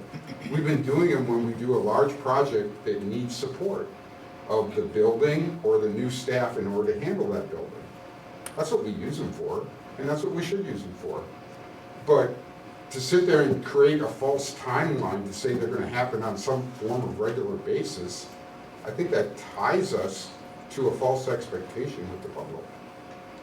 I don't, go ahead, Judy. I think we've shown that we've got a 3-phase, we've completed phase 1, we're looking at phase 2, we're looking at the future 10, 15 years for another school. So when you talk about long-range planning or referendum, I don't think 5 to 7 years is a long time. I mean, it takes us this long to get going, to build and to support it. So by looking at a 2 or 3 years, that's too short of a time to build and do the future. I think we've shown the community, we've got a vision, and the first one we need is for the next 5 to 7 years. It's, you know, it's gonna take that long to get that phase completely and staffed and paid for before we come back with another one. So I don't think we should ask the duration, because I don't think the duration is true there. You want to continue? Go ahead.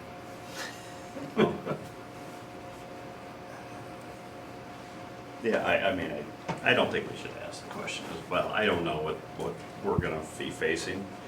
I mean, the more often we keep getting education funding denied at our state level, I mean, the people that are denying them are gonna see the only other way to get money is to raise taxes. So if we keep getting denied to help supplement our K-12 education, you know, money's gotta come from somewhere. So I don't wanna put the expectation out there that we're gonna do recurring or non-reoccurring, but I think right now, I mean, we've got the CPI is high and it's probably gonna keep going up the way things are. Who knows if we're not gonna get any money from the state or not enough, that we're gonna have to keep asking for things or at least put it into a referendum. But I don't wanna lead them down that it's gonna be a duration of this time cycle or this time cycle. I think it's, because until you, like Judy said, it took me a couple of years to really sort of get my handle on what's going on. Well, this is my second year. And yeah, it's still financially, it is, thank God we have Steve with us and Randy. And I mean, they're creative with this, but you can only do so much with what you're given. So I don't want to get the public thinking that it's this or that until you sit in these seats and you sit in their seats. There's a lot of shifting going on to be able to fund our school district, and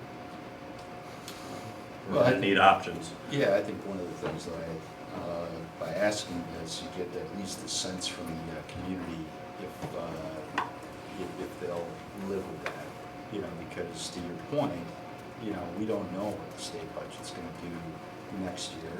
We don't know what the next biennium's gonna be, you know. Things are probably gonna be relatively similar over the next 10 years.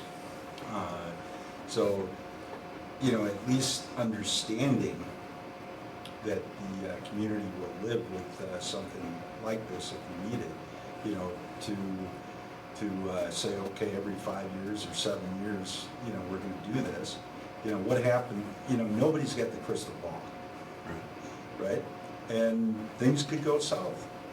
And we may not need, you know, obviously right now we need another building, but there's gonna be a point in time where we may not need another building, and that may be more than that 5 to 7 years. You know, who knows? Then why ask? Why not? Why not do it based on need of the district? Right. Yeah, you know, in reconsideration, when I spoke, I was assuming we were going one or the other, but I think Dave brought up an excellent point. You know, either one of these could potentially mislead the public as to how we're going to go. and then, you know, we say long-term, and, you know, and then that's a popular one, and again, needs came up like the pandemic, where we had to come up with a short-term referendum. But wait a minute, you guys say you're gonna go long-term on these things. We just had the building, now you're doing this one, or whatever it is. And so, I agree with Dave that I don't think either question is very good, because I think both of them could mislead the public as to what the board's position is gonna be in the future that we can't see. But I think one of the things by asking it though, is you're getting some feedback from the community saying, okay, if you need an operational referendum, we'll accept it. And quite frankly, to your point, that people aren't gonna pass referendums, that's not what I'm hearing in the community. As I, you know, if we as a board, you know, meet the expectations of education and so forth, they're very supportive. They're very supportive. It's, you know, the last referendum that didn't pass was, we didn't have a plan. Is really what it is. And the previous referendum said, hey, we're not gonna need any more schools if you build this. And now you say, hey, we're, you know, basically what we're doing is we're at least coming to the point where, you know, if we need it, will you support it? And that gives us a data point. What if they say no? Well, then you're right back to exactly what you're doing right now. Because if they say no here, you know, we ask the public for everything. You know, what do you feel about this? What do you feel about that? What do you feel about this? But when it comes to their tax dollars, we don't necessarily want that input. That's not true at all. That's what the referendum is asking their input.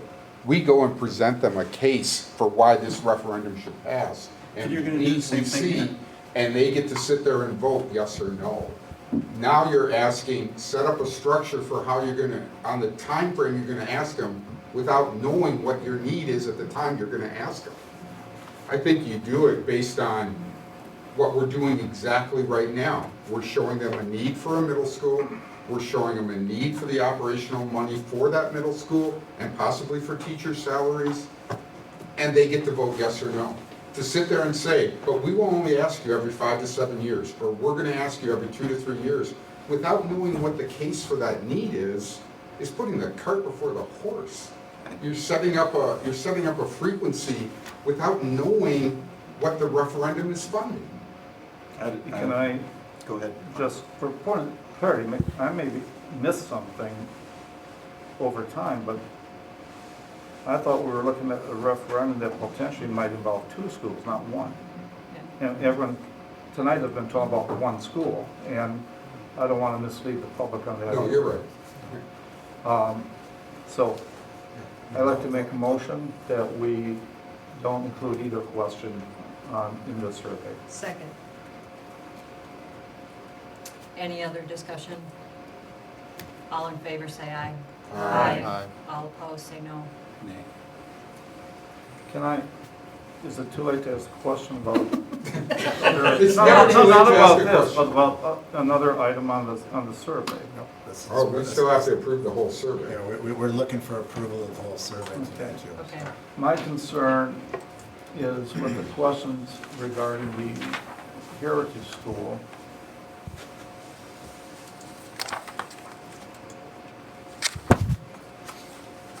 And the concern I have with the question is if the majority would like the Heritage School built on site, what is our plan? Because we can't build a school on that site and move the kids somewhere. I mean, we can't move them to the middle school. No. So your question is if they chose to build Heritage on the Heritage site, there is an option to do that. You'd build it behind the school. Okay. And then they could still operate the current Okay, so there school. still is enough space there for... Yes, it would shift where the school sits on that site. Right. But you could, if your sole issue was you wanted to build another school on that site while they were still operating, there is the ability to do that, Okay. and that's part of the That was plan. my concern. Okay, Correct. good. Thank you.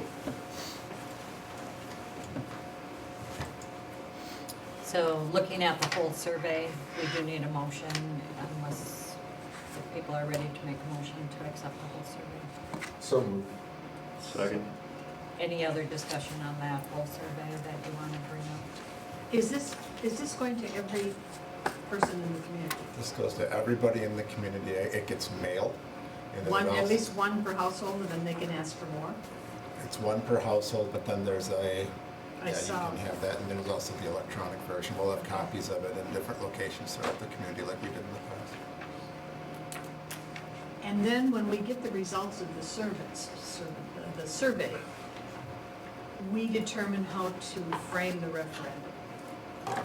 That's the intent of this, is to help narrow down some of the variables. So it once we- doesn't matter how they choose which path, because that's just a survey. We can still decide what to do from that. Based on that information, it's not a binding Right. commitment here. Yeah, I mean, I think the piece that we've tried to do is write this in a way that's gonna give you direction on some of these pieces that we're discussing. And tried to narrow it down to the variables that were the most important for us to make some decisions on it and get some direction from the community prior to us then putting those formalized plans together. That's the objective. Okay, there is a motion on the table. Any other questions or discussion? So the motion is to just approve this survey. All in favor say aye. Aye. Opposed say no. We have one other item on this topic. The next is the capital maintenance But projects. We got one more thing there, it's very Dave. Oh, on the survey? I apologize. Yeah, one of the things that we did during the last referendum is prior to the survey hitting households, we did send out a postcard to everybody in the community alerting them that it was coming. I mean, obviously, it's been on part of our agendas here, it's been in the paper a little bit, but kind of as part of the campaign to let people know this is coming, we sent out a postcard. Now, it wouldn't be that large, obviously. But that's a piece that we wanted to get your feedback on if you'd like us to move ahead with, what your thoughts were on a postcard getting delivered to every household that would alert them that this is coming, so that they watch for it, and the importance of completing it. I'll make a motion to approve. Second. Okay, any other, Yeah, I have a ask any question. questions? So if they get this postcard, Yeah. will this be available for just viewing at that time, or are you gonna wait? It'll all get mailed, so this will come probably a week or two before it actually gets mailed, and that'll come right to their residence. I think the idea was just to put a picture of it so you knew what to look for when it was coming. Okay, any other questions, comments? So the motion is to accept and mail the postcard. All in favor say aye. Aye. Opposed say no. Sorry, Dave, thanks. Now we have capital. Not fair to throw that in our meeting that wasn't in the meeting. Sorry. Okay, You thought, yeah. next is approval for the 2022-23 capital maintenance projects, which we do every year. This falls within the current budget for the maintenance, so it's the $500,000 number. And basically could be affected by the referendum, depending on how we word it and what we put in it, but this will be done no matter how the referendum turns out. And you'll see it's highlighted based on safety and security, or energy, or just the normal maintenance of the projects. So we have to approve this expenditure. So I'll make a motion to approve. Mark? Oh, Mark did? I'll make a Second motion. Okay. I beat you that time. You did. Dave did a second. Any questions on these projects that are on the table? All in favor say aye. Aye. Opposed say no. Okay. Moving on, still on committees, HR committee. HR committee, okay, that's me, or that's us. Are you coming? Let's see, I gotta go back to my place. Yeah, we were talking about strategies for compensation. And Brian has all the details. How do you like them apples? Thanks, Judy. And so the committee has kind of discussed over the last two meetings, different ways for us to advance the compensation schedule for our employees. I guess I would, invite you to take a look at the minutes for further information, but the topic or the strategy that the committee was most interested in was item number 2, which was looking to advance the compensation by both an inflationary measure and for those staff groups that have compensation systems to allow those to operate. And this really relates to some of the budget information that Steve will be relaying within the budget committee aspect of the meeting. Both committees had a chance to look at a potential framework to allow this to happen. And certainly I think Steve or Ally would be best able to speak to that, the budgetary aspect. Ryan, would you mind first sharing just a little bit about the timeline that would be necessary for strategy 2 if we were going to have increases by the first paychecks for employee groups, just to remind the board of the process we followed last year? Sure. Thanks, Stephen. I guess what we would be looking at is, again, we do have really 2 main groups that are starting July 1. That would be our 12-month employees, which would be in the hourly group. We have administrative assistants in our custodial maintenance group, and then almost all of our administrative group is in that July 1 July 1 group as well. And so for July 1, for this to be in place for July 1, kind of that timeline we followed is that we were ideally approving it in May, and having that so that there was that time of May and June to really update the system to reflect it and prepare for it. The other employee groups are more of a August start, and that would include the teacher group, which is a group, is a group represented by a union, so that is a negotiation centered on CPI. And so that aspect, the negotiation aspect, would be contingent upon the WTA approaching us to ask to initiate negotiations.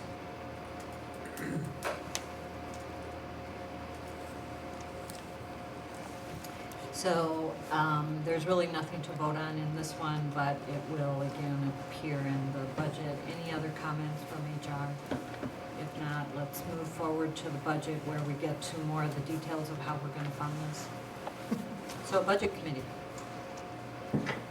Well, we're continuing along the path of 3-year forward planning, which I think is going well. We should, we've got the staffing at our last budget meeting, and I guess you guys saw that. April, we'll see the rest, the operational side. And Steve, I'll turn it over to you. Thank you, Jack. There's a few agenda items on tonight's agenda that we're requesting action on. The first one is aquatic center fees. So board members recall this was discussed at 2 budget committees ago. We did bring it forward to the last board meeting. Ted, I think you noticed we didn't have a good alignment between resident and non-resident fees, so we took that back, reworked it, brought it back in front of you tonight, so you could see the changes in that document. So that reflects the feedback that we received at the prior board meeting, so we brought that back for consideration tonight. And you do need approval on this, or we'll be seeking approval. So I would look for a motion on that. Motion to approve. Second. Any questions on that? I wanted more, but but I saw the red. It was Okay, any other comments, questions? All in favor say aye. Aye. Opposed say no. Thank you. So the next topic is 2022-2023 budget planning, and for the members on the budget committee, are aware of the fact that we've been working on different strategies for going back to last fall, where we talked through topics like revenue increases and what is provided in the state budget, what federal stimulus funding do we have. In January, we looked at expenditures, we looked at class size numbers, FTE numbers, and we've continued each month to make progress with our efforts towards long-term budget planning. At the meeting, both the HR committee meeting and the budget committee meeting, Allie and I shared some strategies regarding the remainder of this fiscal year, what I consider the July 1st start of our fiscal year, and then really November 8th, which is a potential date for a fall referendum. And as we've discussed, it's likely that the referendum will include both an operational component, which is connected to the district's budget process, and a capital referendum component. So at each of those committees, we talked through some concepts really at a high level about, number one, strategies that we could implement throughout the remainder of the spring to look to increase the funds that we would have available as an organization moving into the next fiscal year. So just one example of one of those strategies is the last couple of years we've had discussions every spring about the amount of funds that would be allowed to be carried over for buildings and departments to utilize for their specific purposes versus funds being utilized for district-wide objectives. An example of that would be a pay increase. So one of the strategies that we did identify in the column for the remainder of the spring was consideration of keeping a greater level of end-of-the-year savings for district-wide purposes as opposed to building or department purposes, because as board members, you've seen the reports and you are aware of the fact that we have $1 million already set aside for building and department use, and it would be appropriate for the board to consider utilizing those funds for district-wide uses this spring. Another strategy that we talked about was our post-employment benefit contribution, which is not required to be made, and taking a look at what investment the board would want to make into Fund 73 versus holding the funds in our Fund 10. So those are examples of some of the different strategies that we talked about for the remainder of this spring. My intention is that at the next budget committee meeting, we're going to really hone in on those strategies and make some decisions about what we do want to do for the remainder of this school year. The July column showed information that covered a variety of topics. We did cover information on there about some decisions that have already been made by the board. So as an example, you recall at last month's board meeting, we did bring forward a request for an additional investment in positions in the high school special ed program. So you see that on here. There have been a few other items that the board has approved so far for the 2022-23 school year. We also have identified what our first round of administrative review of the highest priority consideration for additional investment in positions for the next school year. So as an example, in our conversations with Heritage Elementary School and taking a look at our first grade class sizes for next year, we are putting forward for consideration an additional first grade teacher. The reason for that is, first of all, as board members, you did see in January our enrollment growth from September to January was as a 5-year high in what we had seen as far as new students enrolling in our system. And that has continued to occur past January. We continue to see students joining us. As we're looking at first grade across the organization, we are approaching a situation where the growth of new students could cause us to meet or exceed the maximum class size that we have identified in school board policy. In the past, we've typically waited a little bit longer to try to see what that student enrollment growth would look like, but we realize that it's critical in this human resources environment to be able to get out ahead of the hiring curve as much as we can, to get out there and try to seek the highest quality candidates that we can. And it is looking like we are heading in that direction for first grade. It's the same thing in sixth grade. And so you see those positions identified in others, and we have a separate agenda item for the positions, so we'll come back to that in a moment. So we have other strategies identified in the middle column. You do see in there what it would take for an inflationary increase in compensation system increases. Those are calculations that the Human Resources Office has put together based on what we can see as typical estimates for this time of the year. And then in the far right column, we talk about, you know, bringing some of these costs back into the district depending on how we would connect our budgeting process really to an operational referendum question. So as a budget committee, this was a first introduction. There certainly wasn't time to jump into all of these items or make motions for recommendations, but it was a chance to take a look at possible strategies moving forward, and that's what we did at the meeting. So this agenda item, there's no requested action other than make sure all board members can see what we are looking at and what we are talking about with both the HR committee and the budget committee. The next agenda item is where we start having some requests for action items. But I'll just stop and ask if any board members who in particular aren't on either of the HR or budget committees has questions about the discussion that took place at the meetings that took place the week prior. I'd be happy to answer those, or we could talk about any particular topic up on this screen that you'd like me to dive into a little bit more.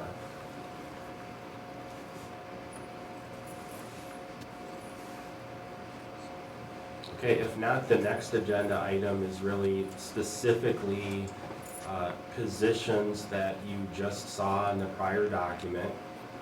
So we are articulating out what those positions are that we are bringing forward. As a reminder to board members, we engaged in a 3-year planning process this year, invited our administrative team to identify a multi-year strategy and identify positions over a period of time. That's going to be helpful as we continue to emphasize long-term financial planning. But we all know that we are operating in a limited budget environment in the 22-23 year. So we are trying to minimize as many of those long-term planning positions at this time. And we are prioritizing plans that are revolving around potential compensation increases. But we are bringing forward for your consideration a number of positions. I did reference first grade. We did provide an attachment in your board book so you can see exactly where we are as of right now with class size for first grade. You could also see where we are for sixth grade.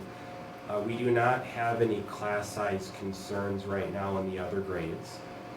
It would take some pretty significant reasons to cause us to have concerns in the other grades, which would be outside of our norm. We typically would see maybe 8 to 10 students move in per grade level, especially grades K through 6. So we would be able to handle move-ins in that range, but first grade and second grade would not be able to, based on current enrollment. You've heard that an additional guidance counselor at the middle school and intermediate school is a high priority. We have a shared position between the two schools, and in effect, we would be able to have that position end up, instead of a shared person, there would be an additional person at each school assigned to intermediate and middle school. As a reminder, the middle school enrollment is increasing. the budget planning process did identify additional FTE at the middle school, and this guidance counselor is a high priority. And so you'll see that on the list. You also see on the list an Arboretum assistant principal and 4K coordinator, all around a general topic of a ratio of around 300 students to 1 administrator. We have attached some data as well on both, from our data system on both guidance and administrative FTE over time. And then finally, we have a request from Chris Mann for bilingual English language learner teachers. So we have talked about in the past that both special education and English learner positions have a unique ability in the Wisconsin school finance system to actually result in an increase in revenues to be able to cover the costs. And we are able to apply for what's called transfer service to receive funding for positions in these areas. And both Chris Mann and Tiffany Loken have done a great job identifying the move-in students, identifying the services that they need, and how we connect these students to additional teaching staff and then apply for the funds through the state of Wisconsin. So this is an avenue where we do have that opportunity to increase revenues. You're also familiar with our district longer term plan to end up having a bilingual program. So this is a good investment for us to make to line up with that long-term plan as far as where we're going with services for students. And so we've got quite a bit of information that we threw at you in this agenda item. We do have some administrators here who I know could speak to some of these requests if you're interested. And I can throw it back to Randy if you had anything else you wanted to add.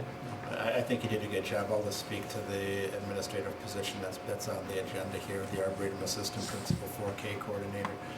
This is really a piece that would be certainly an assistant principal at Arboretum, but it would also take over the 4K coordination that's currently done by Amy Johnson. And as we've done some of our restructuring of our administrative team over time, I mean, Amy's taken on quite a bit of responsibility with kind of supervising our K-6 buildings, and then also focusing specifically on our K-6 curriculum. And even though she's done a phenomenal job with the 4K piece, I think there's an opportunity here to expand some of our assistance at Arboretum, which I think would be helpful, and also to kind of bring in the coordination of that as kind of a combined position.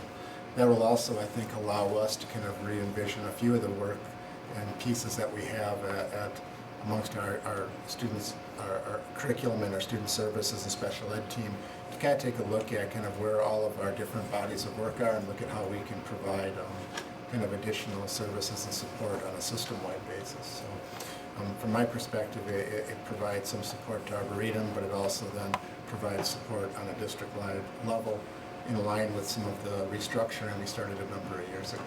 I think if you look at some of the data pieces that Steve pointed out, you can see the peak of where we had kind of our student to administrator ratios. That was a point in time where I believe we really need to start adding administrators. And that's probably been over the last 5 years. That's really a piece that then the board kind of charged me with kind of putting together a vision of what this would look like moving forward, particularly as we've continued to grow as a district. 5-6 years ago, we were at a position where we were still structured as a school district that was operating as if it had 2,700 kids. It was the same administrative structure we held for a long time. So that vision is now kind of coming to a piece where that kind of the multiple year plan is kind of now finding its way to the Arboretum and the 4K piece, and I think that'll allow us some latitude in the other positions to then continue to service our staff and our students on a district-wide basis. So that's my rationale for that. I did not include a memo with regards to that. I felt like I could speak to that this evening. So you're looking for a motion so you can... We'd like a motion for these items so that we can... additional staff. And part of the reason we're bringing this forward early, I mean, these are normally first... We usually bring them as part of the first draft of the budget. With how tight the hiring cycle is right now, we felt it was important for us to bring these early so they could hit the market early. So, we're looking for a motion for these. It's so moved. Second. And anybody want to ask questions or discuss these positions before we Just vote point on of that? clarity, I maybe misunderstood Steve or misheard. We're looking at the first and sixth grade teaching position, right, not the first and second? Yep, did I say second? I thought you did at the end. Yeah, first and sixth. Sorry about that if I said second. Yeah. Any other questions or concerns before we vote? If not, we're voting on this list of new staff members. All in favor, say aye. Aye. Opposed, say no. Thank you. Aren't we also voting on the aquatic fees?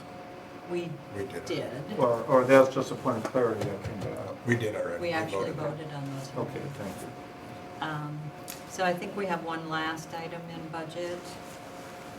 So Joan, Eric Cass is the district's financial advisor.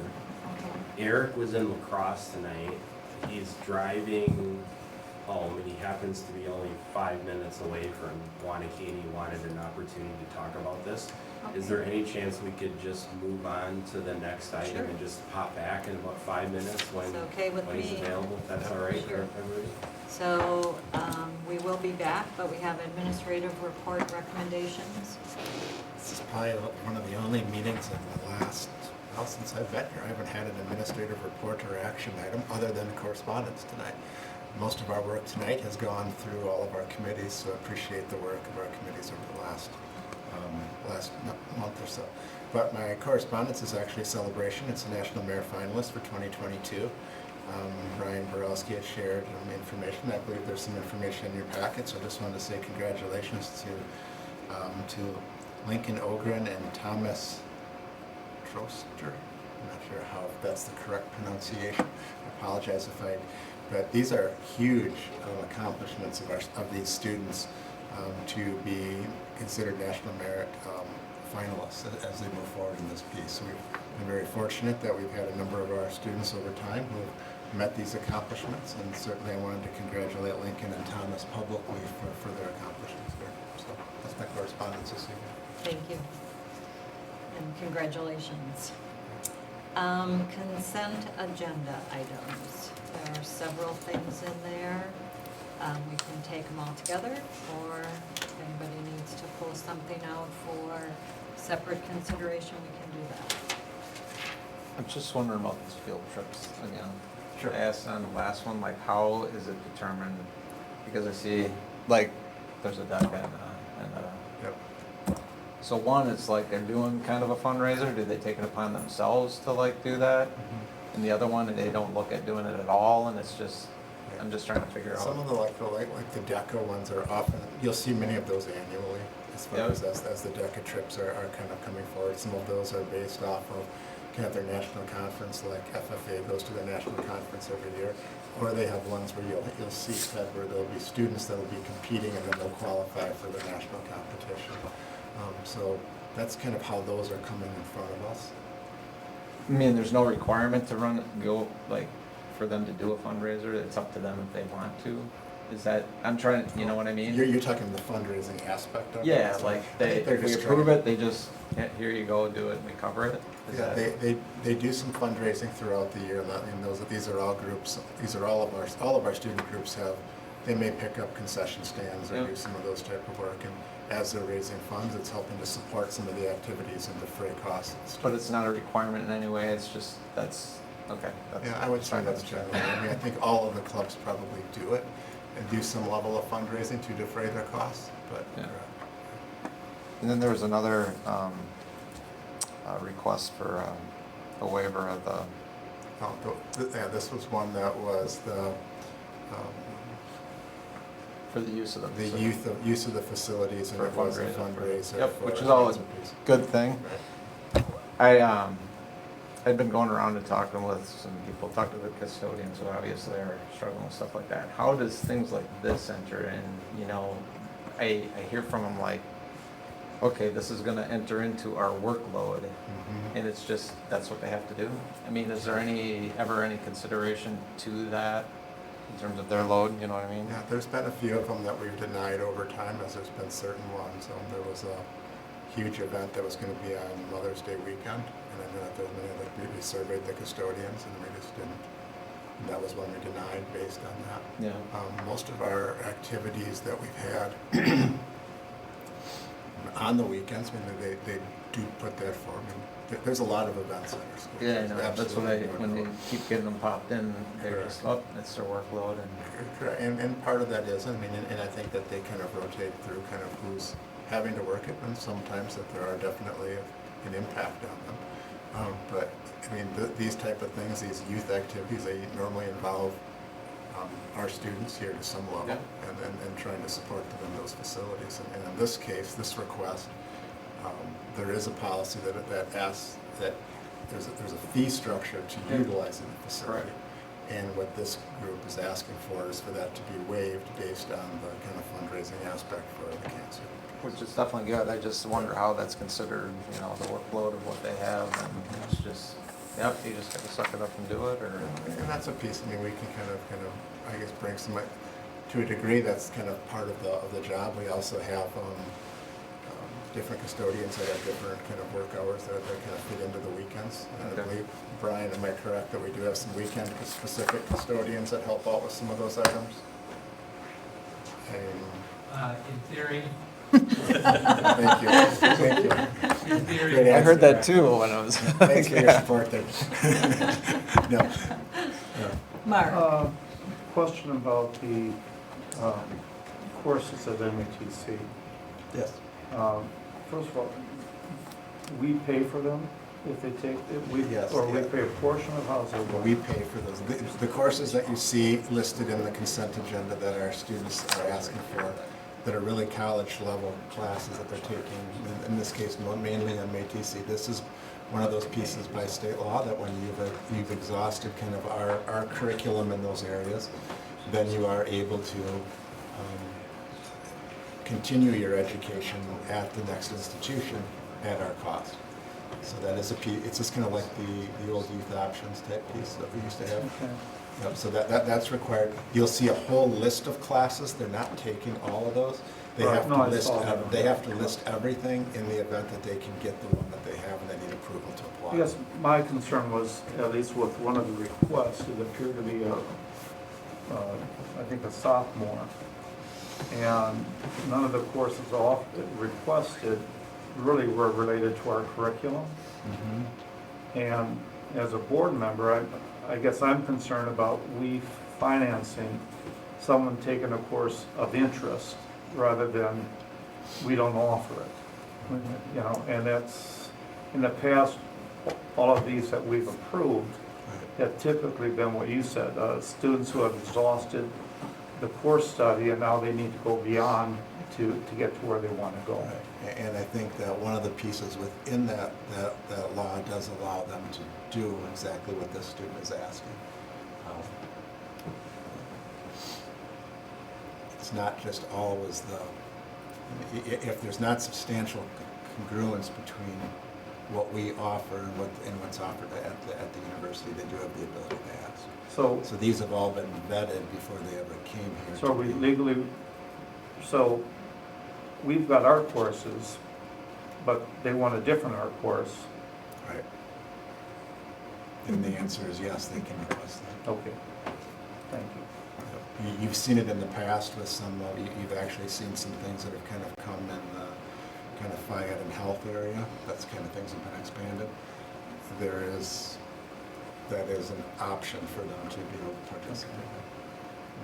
I realize that some of those are kind of challenging to kind of decipher through, but that is required by state law. Okay, thank you. Okay, good discussion. The plagiarism platform, I was very interested. Is that something teachers use to check for student plagiarism? Or is it something we use for our materials? Plagiarism. Help me out, where'd you see that? It's a check for over $5,000. Yeah, it's in the money. I think our. I had never heard of it before. I was just curious. Oh, no, I We think. can forget about it now and I'll ask Tim Shaw later because it's his fault. Yeah. Mark, didn't you use that when you taught? Actually, when I was teaching about 3 years before I retired, we were introduced to some plagiarism checks. And as a department, and then other departments joined in, like social studies, because they do writings as well. And it was done, I believe it was the one we went into was organized by Stanford University. And I mean, I was very impressed by how it worked. Yeah, I had it at Whitewater when I was teaching there. Well, that's great. I wish we had had it when I taught at MATC since I've read I'm glad they didn't have it in high school. So we are we ready to approve the consent agendas?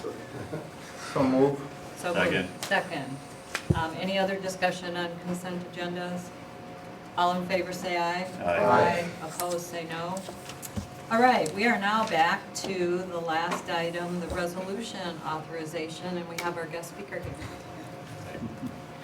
Yeah, this is Eric Cass from PMA. Eric had an opportunity to join our budget committee meeting and share information with the budget committee members about a concept for paying down debt. And Eric went through the taxpayer savings and really how that connects to our long-term fiscal strategy.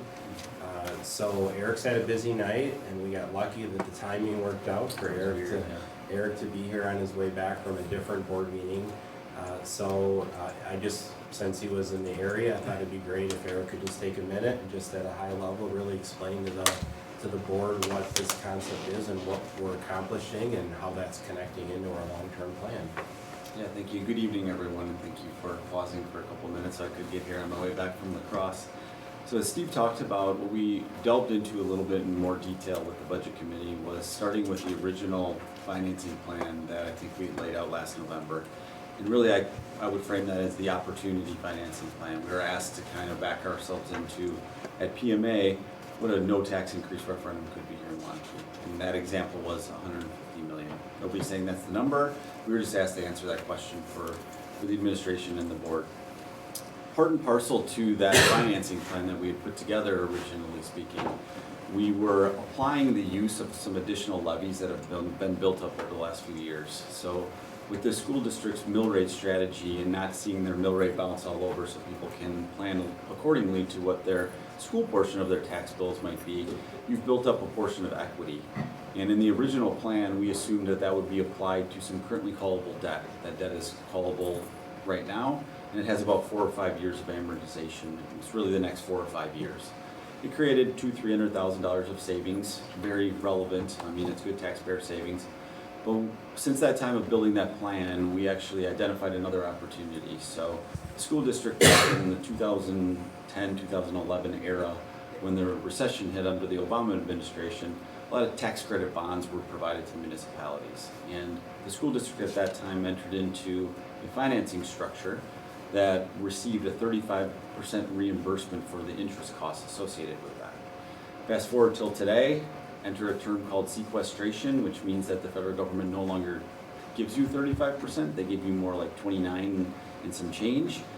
And you have an opportunity to call in those bonds under something called an extraordinary redemption. So linking those two concepts, you no longer get that 35% credit as part of the contract with the investor that provided the money back then. You have the ability to call those bonds. And that's, I think it's the other one, and I'll come back to this in a second, not the resolution yet. So what this does, conversely, fast forward to the results, is it will save an additional over $1 million in comparison to the original solution. So when we encapsulate taxpayer interest savings and future property tax levy reductions, this solution that we identified and is in front of you as a recommendation creates another $1 million of taxpayer savings by applying those same exact funds a little bit differently and a little bit more creatively here for the school district. Now what Steve asked us to do, if you wouldn't mind going back to the other one, I apologize for bouncing you back and forth, is we then reintegrated it back into this plan to kind of prove and continue forward with the concept and the idea of we're not eliminating our ability to provide a potential $150 million referendum with no tax increase. Again, nobody's targeting that dollar amount. So over on the right, you'll see all of your mill rates. And it actually is a reduction for many years. We didn't go back and rebalance principal and take that additional step. We simply applied the savings associated with paying off this other issue into that same exact plan, removed the old one, and these are the results. It's a lower long-term mill rate, so you would have ability and capacity to kind of restructure a little bit if and when a future referendum were to ever be successful. So, with that, happy to answer any questions. And there's also a resolution attached, so Rebecca had a couple documents there in front of her. The resolution would be the formal vote from the board. If you move forward with this plan, we would ask for a roll call vote. The budget committee did recommend approval of this plan. And I think the most important thing to note as well, and this came up during the budget committee discussion, it's important for the community and our staff to know that the funds that we are utilizing for this recommendation are required to be used within the debt service fund of the district.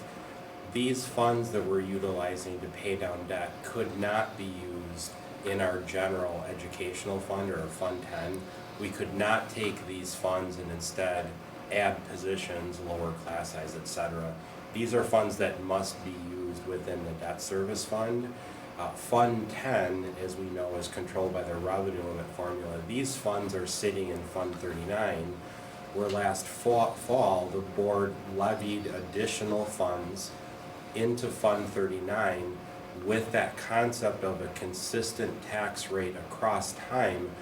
We knew we'd get to this point in the spring where we would ask PMA to come forward and present the best plan that they could find with the funds that we had available. That's what Eric's doing. The great thing about what Eric's presenting tonight is this exceeds the expectations of what we thought would have been possible when we were doing this. Because of the creative use of looking at this particular debt issue that Eric was explaining, the savings to the taxpayers are significantly higher than what we originally envisioned. So I applaud Eric and his team for spending the time to really dive into each of our existing debt issues to really try to find where we could have the largest savings.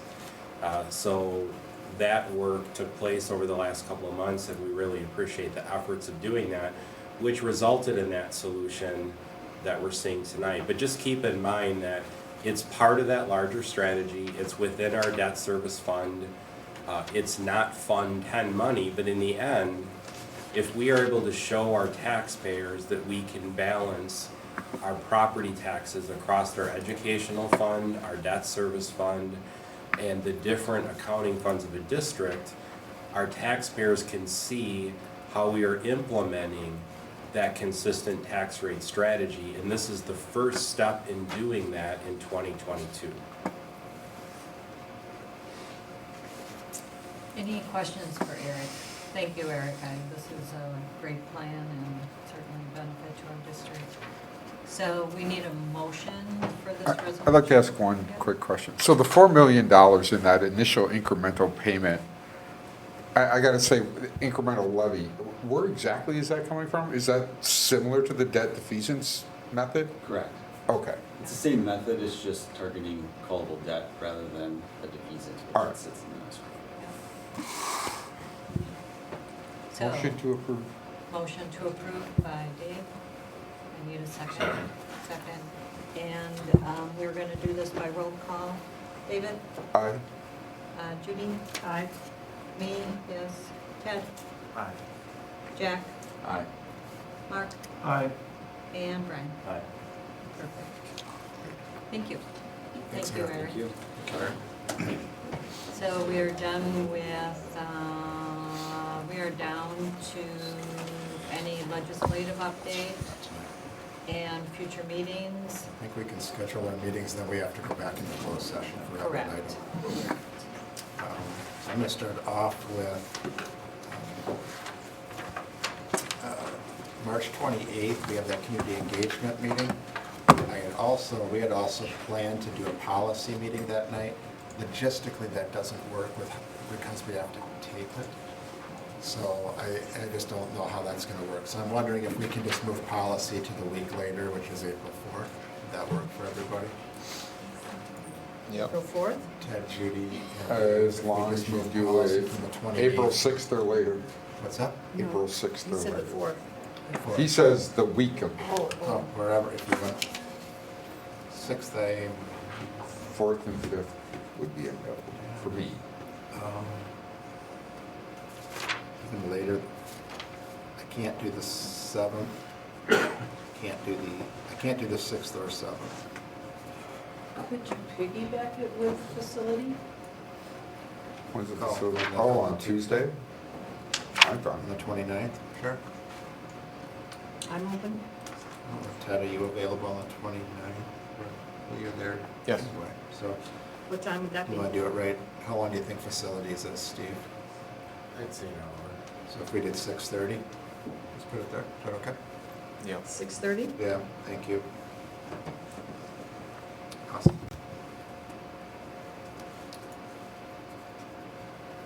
All right, other items we already have facility scheduled, we have budget scheduled. Tim, you need curriculum? When would you When's like budget? curriculum? April 6th. April 6th. At what time? 7:30.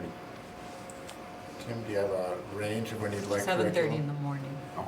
Would like the week of the 28th or the week of the 4th, and so I don't know if this is a positive or a negative, but on Tuesday the 29th, we could stack another one. Ted's laughing. I don't know if it's a positive No, or negative, that but works. when it's It's a lot- 3, 3 o'clock? we would be able to get curriculum done and perhaps an early dinner break for the people who are continuing on. I don't know how that works for the 3 committee members. That works for me, I don't care. I'm okay. Mark? So, Yeah. Curriculum, what time? 3 o'clock. I was thinking, I mean, we Well- could go a little later, but I'm thinking 3, so you'd have a chance for a But- food break if you needed that. But the next one will start till 5:30? No. we can- Policies at 6:30, what's before, something? Or- Facilities or you at want 5:30. Facilities. I mean, that, Facility. you're gonna have a big break. I'd have it closer. you want to have it at 3:30? Is that what you're thinking? Yeah, because you said how long And for? do that too. I think we're probably gonna go an hour and a half. Yeah, so 3:30. That'd give us a quick 3:30. 3:30. Yep. 3:30 on the 29th? Right.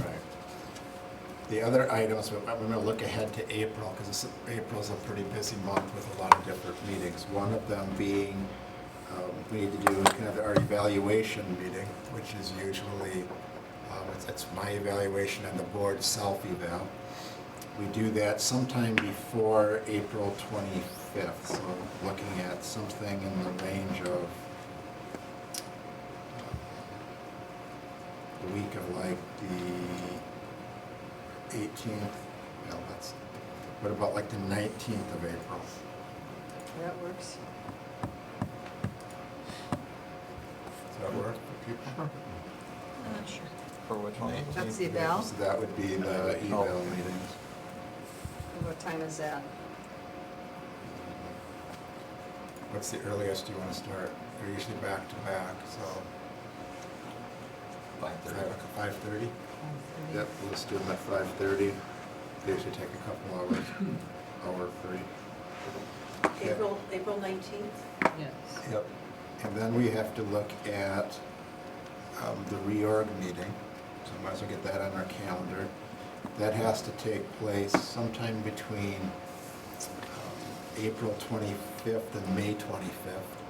But you'd like to have it before the May meeting? Right, so that's a piece that we can go as early as the 25th, is that correct, of April? I'm going, Okay. but some of us might be going anyway. It's a different issue.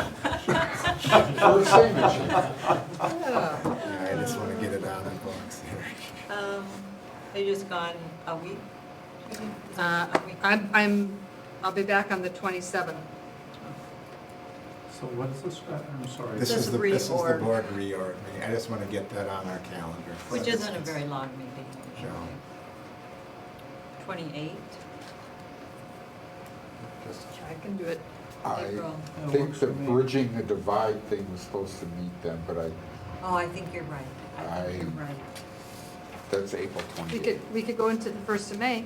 Okay. I May, think we just want to have it done before the May board meeting. so May 2nd? open. May 2nd, This is the reorg. 5:30 again. Jack, 5:30. Yeah. May 2nd. I would like the DEI subcommittee. Yep, thank you. So, you got the May 2nd? Okay. And then the DEI subcommittee, when would you like that to come together? Before the April meeting? I think before the April meeting, I'd like to, we have one more this week. We have one more listening session this week, so. Week of the 4th? Oh, but then you're on spring break and What then. about the week of the 4th of April? Yeah, how about the week of the 4th of April? So, who's on that? That's you and Jack? Mark, Jack, and I. Yep, so week of the 4th of April, what works for you guys? So Mark, Jack, Joe. Can we do that in the morning, or do you think we need to do that at night? I think due to What community day is- interest, you should do it at night. I can't do this, that week I just can't do the 6th or the 7th. So Tuesday the 5th? I'm good. That works. Tuesday the 5th. At what time? Can we do it at 7:30? 5:30. You want to do it in the evening? Yeah, that's- Yeah, April 5th. I think. These things are pre-recorded anyways. Yeah, but if anybody wants to give us any comments, it's pretty hard at 7:30 in the morning. I think we should do that in the evening. 30 5:30? on the 5th? Is that 5:30 in the morning?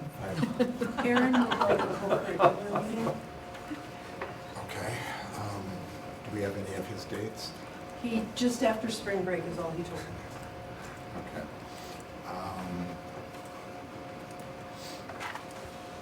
Co-curriculars are Ryan, Dave, and Mark. Or I can reach out, I can, if you want me to. I'm getting pretty tight there because I'm pretty booked up.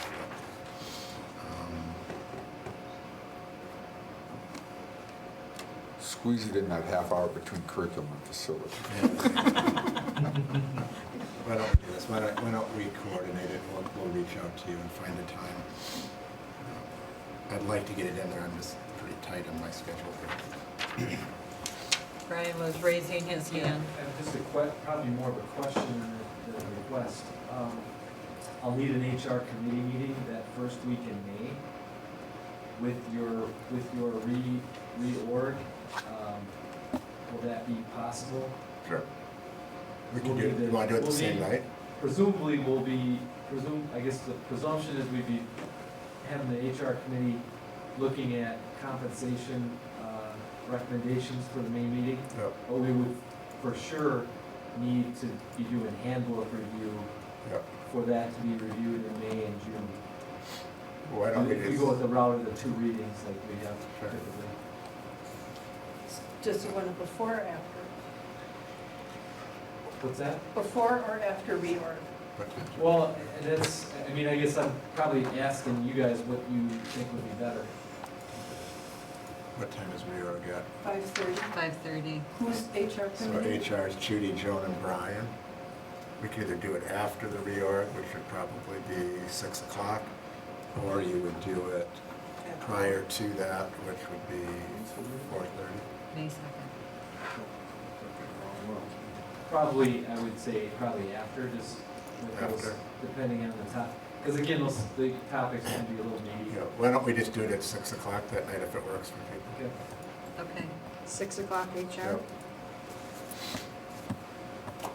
Okay. That's all I have. I'm gonna return to closed session. Okay, we're not gonna schedule the budget workshop, okay? You're still thinking about that. Okay, so unfortunately, or fortunately, I need to dismiss you guys because we have to go back to closed session. Motion to go to closed session. Second.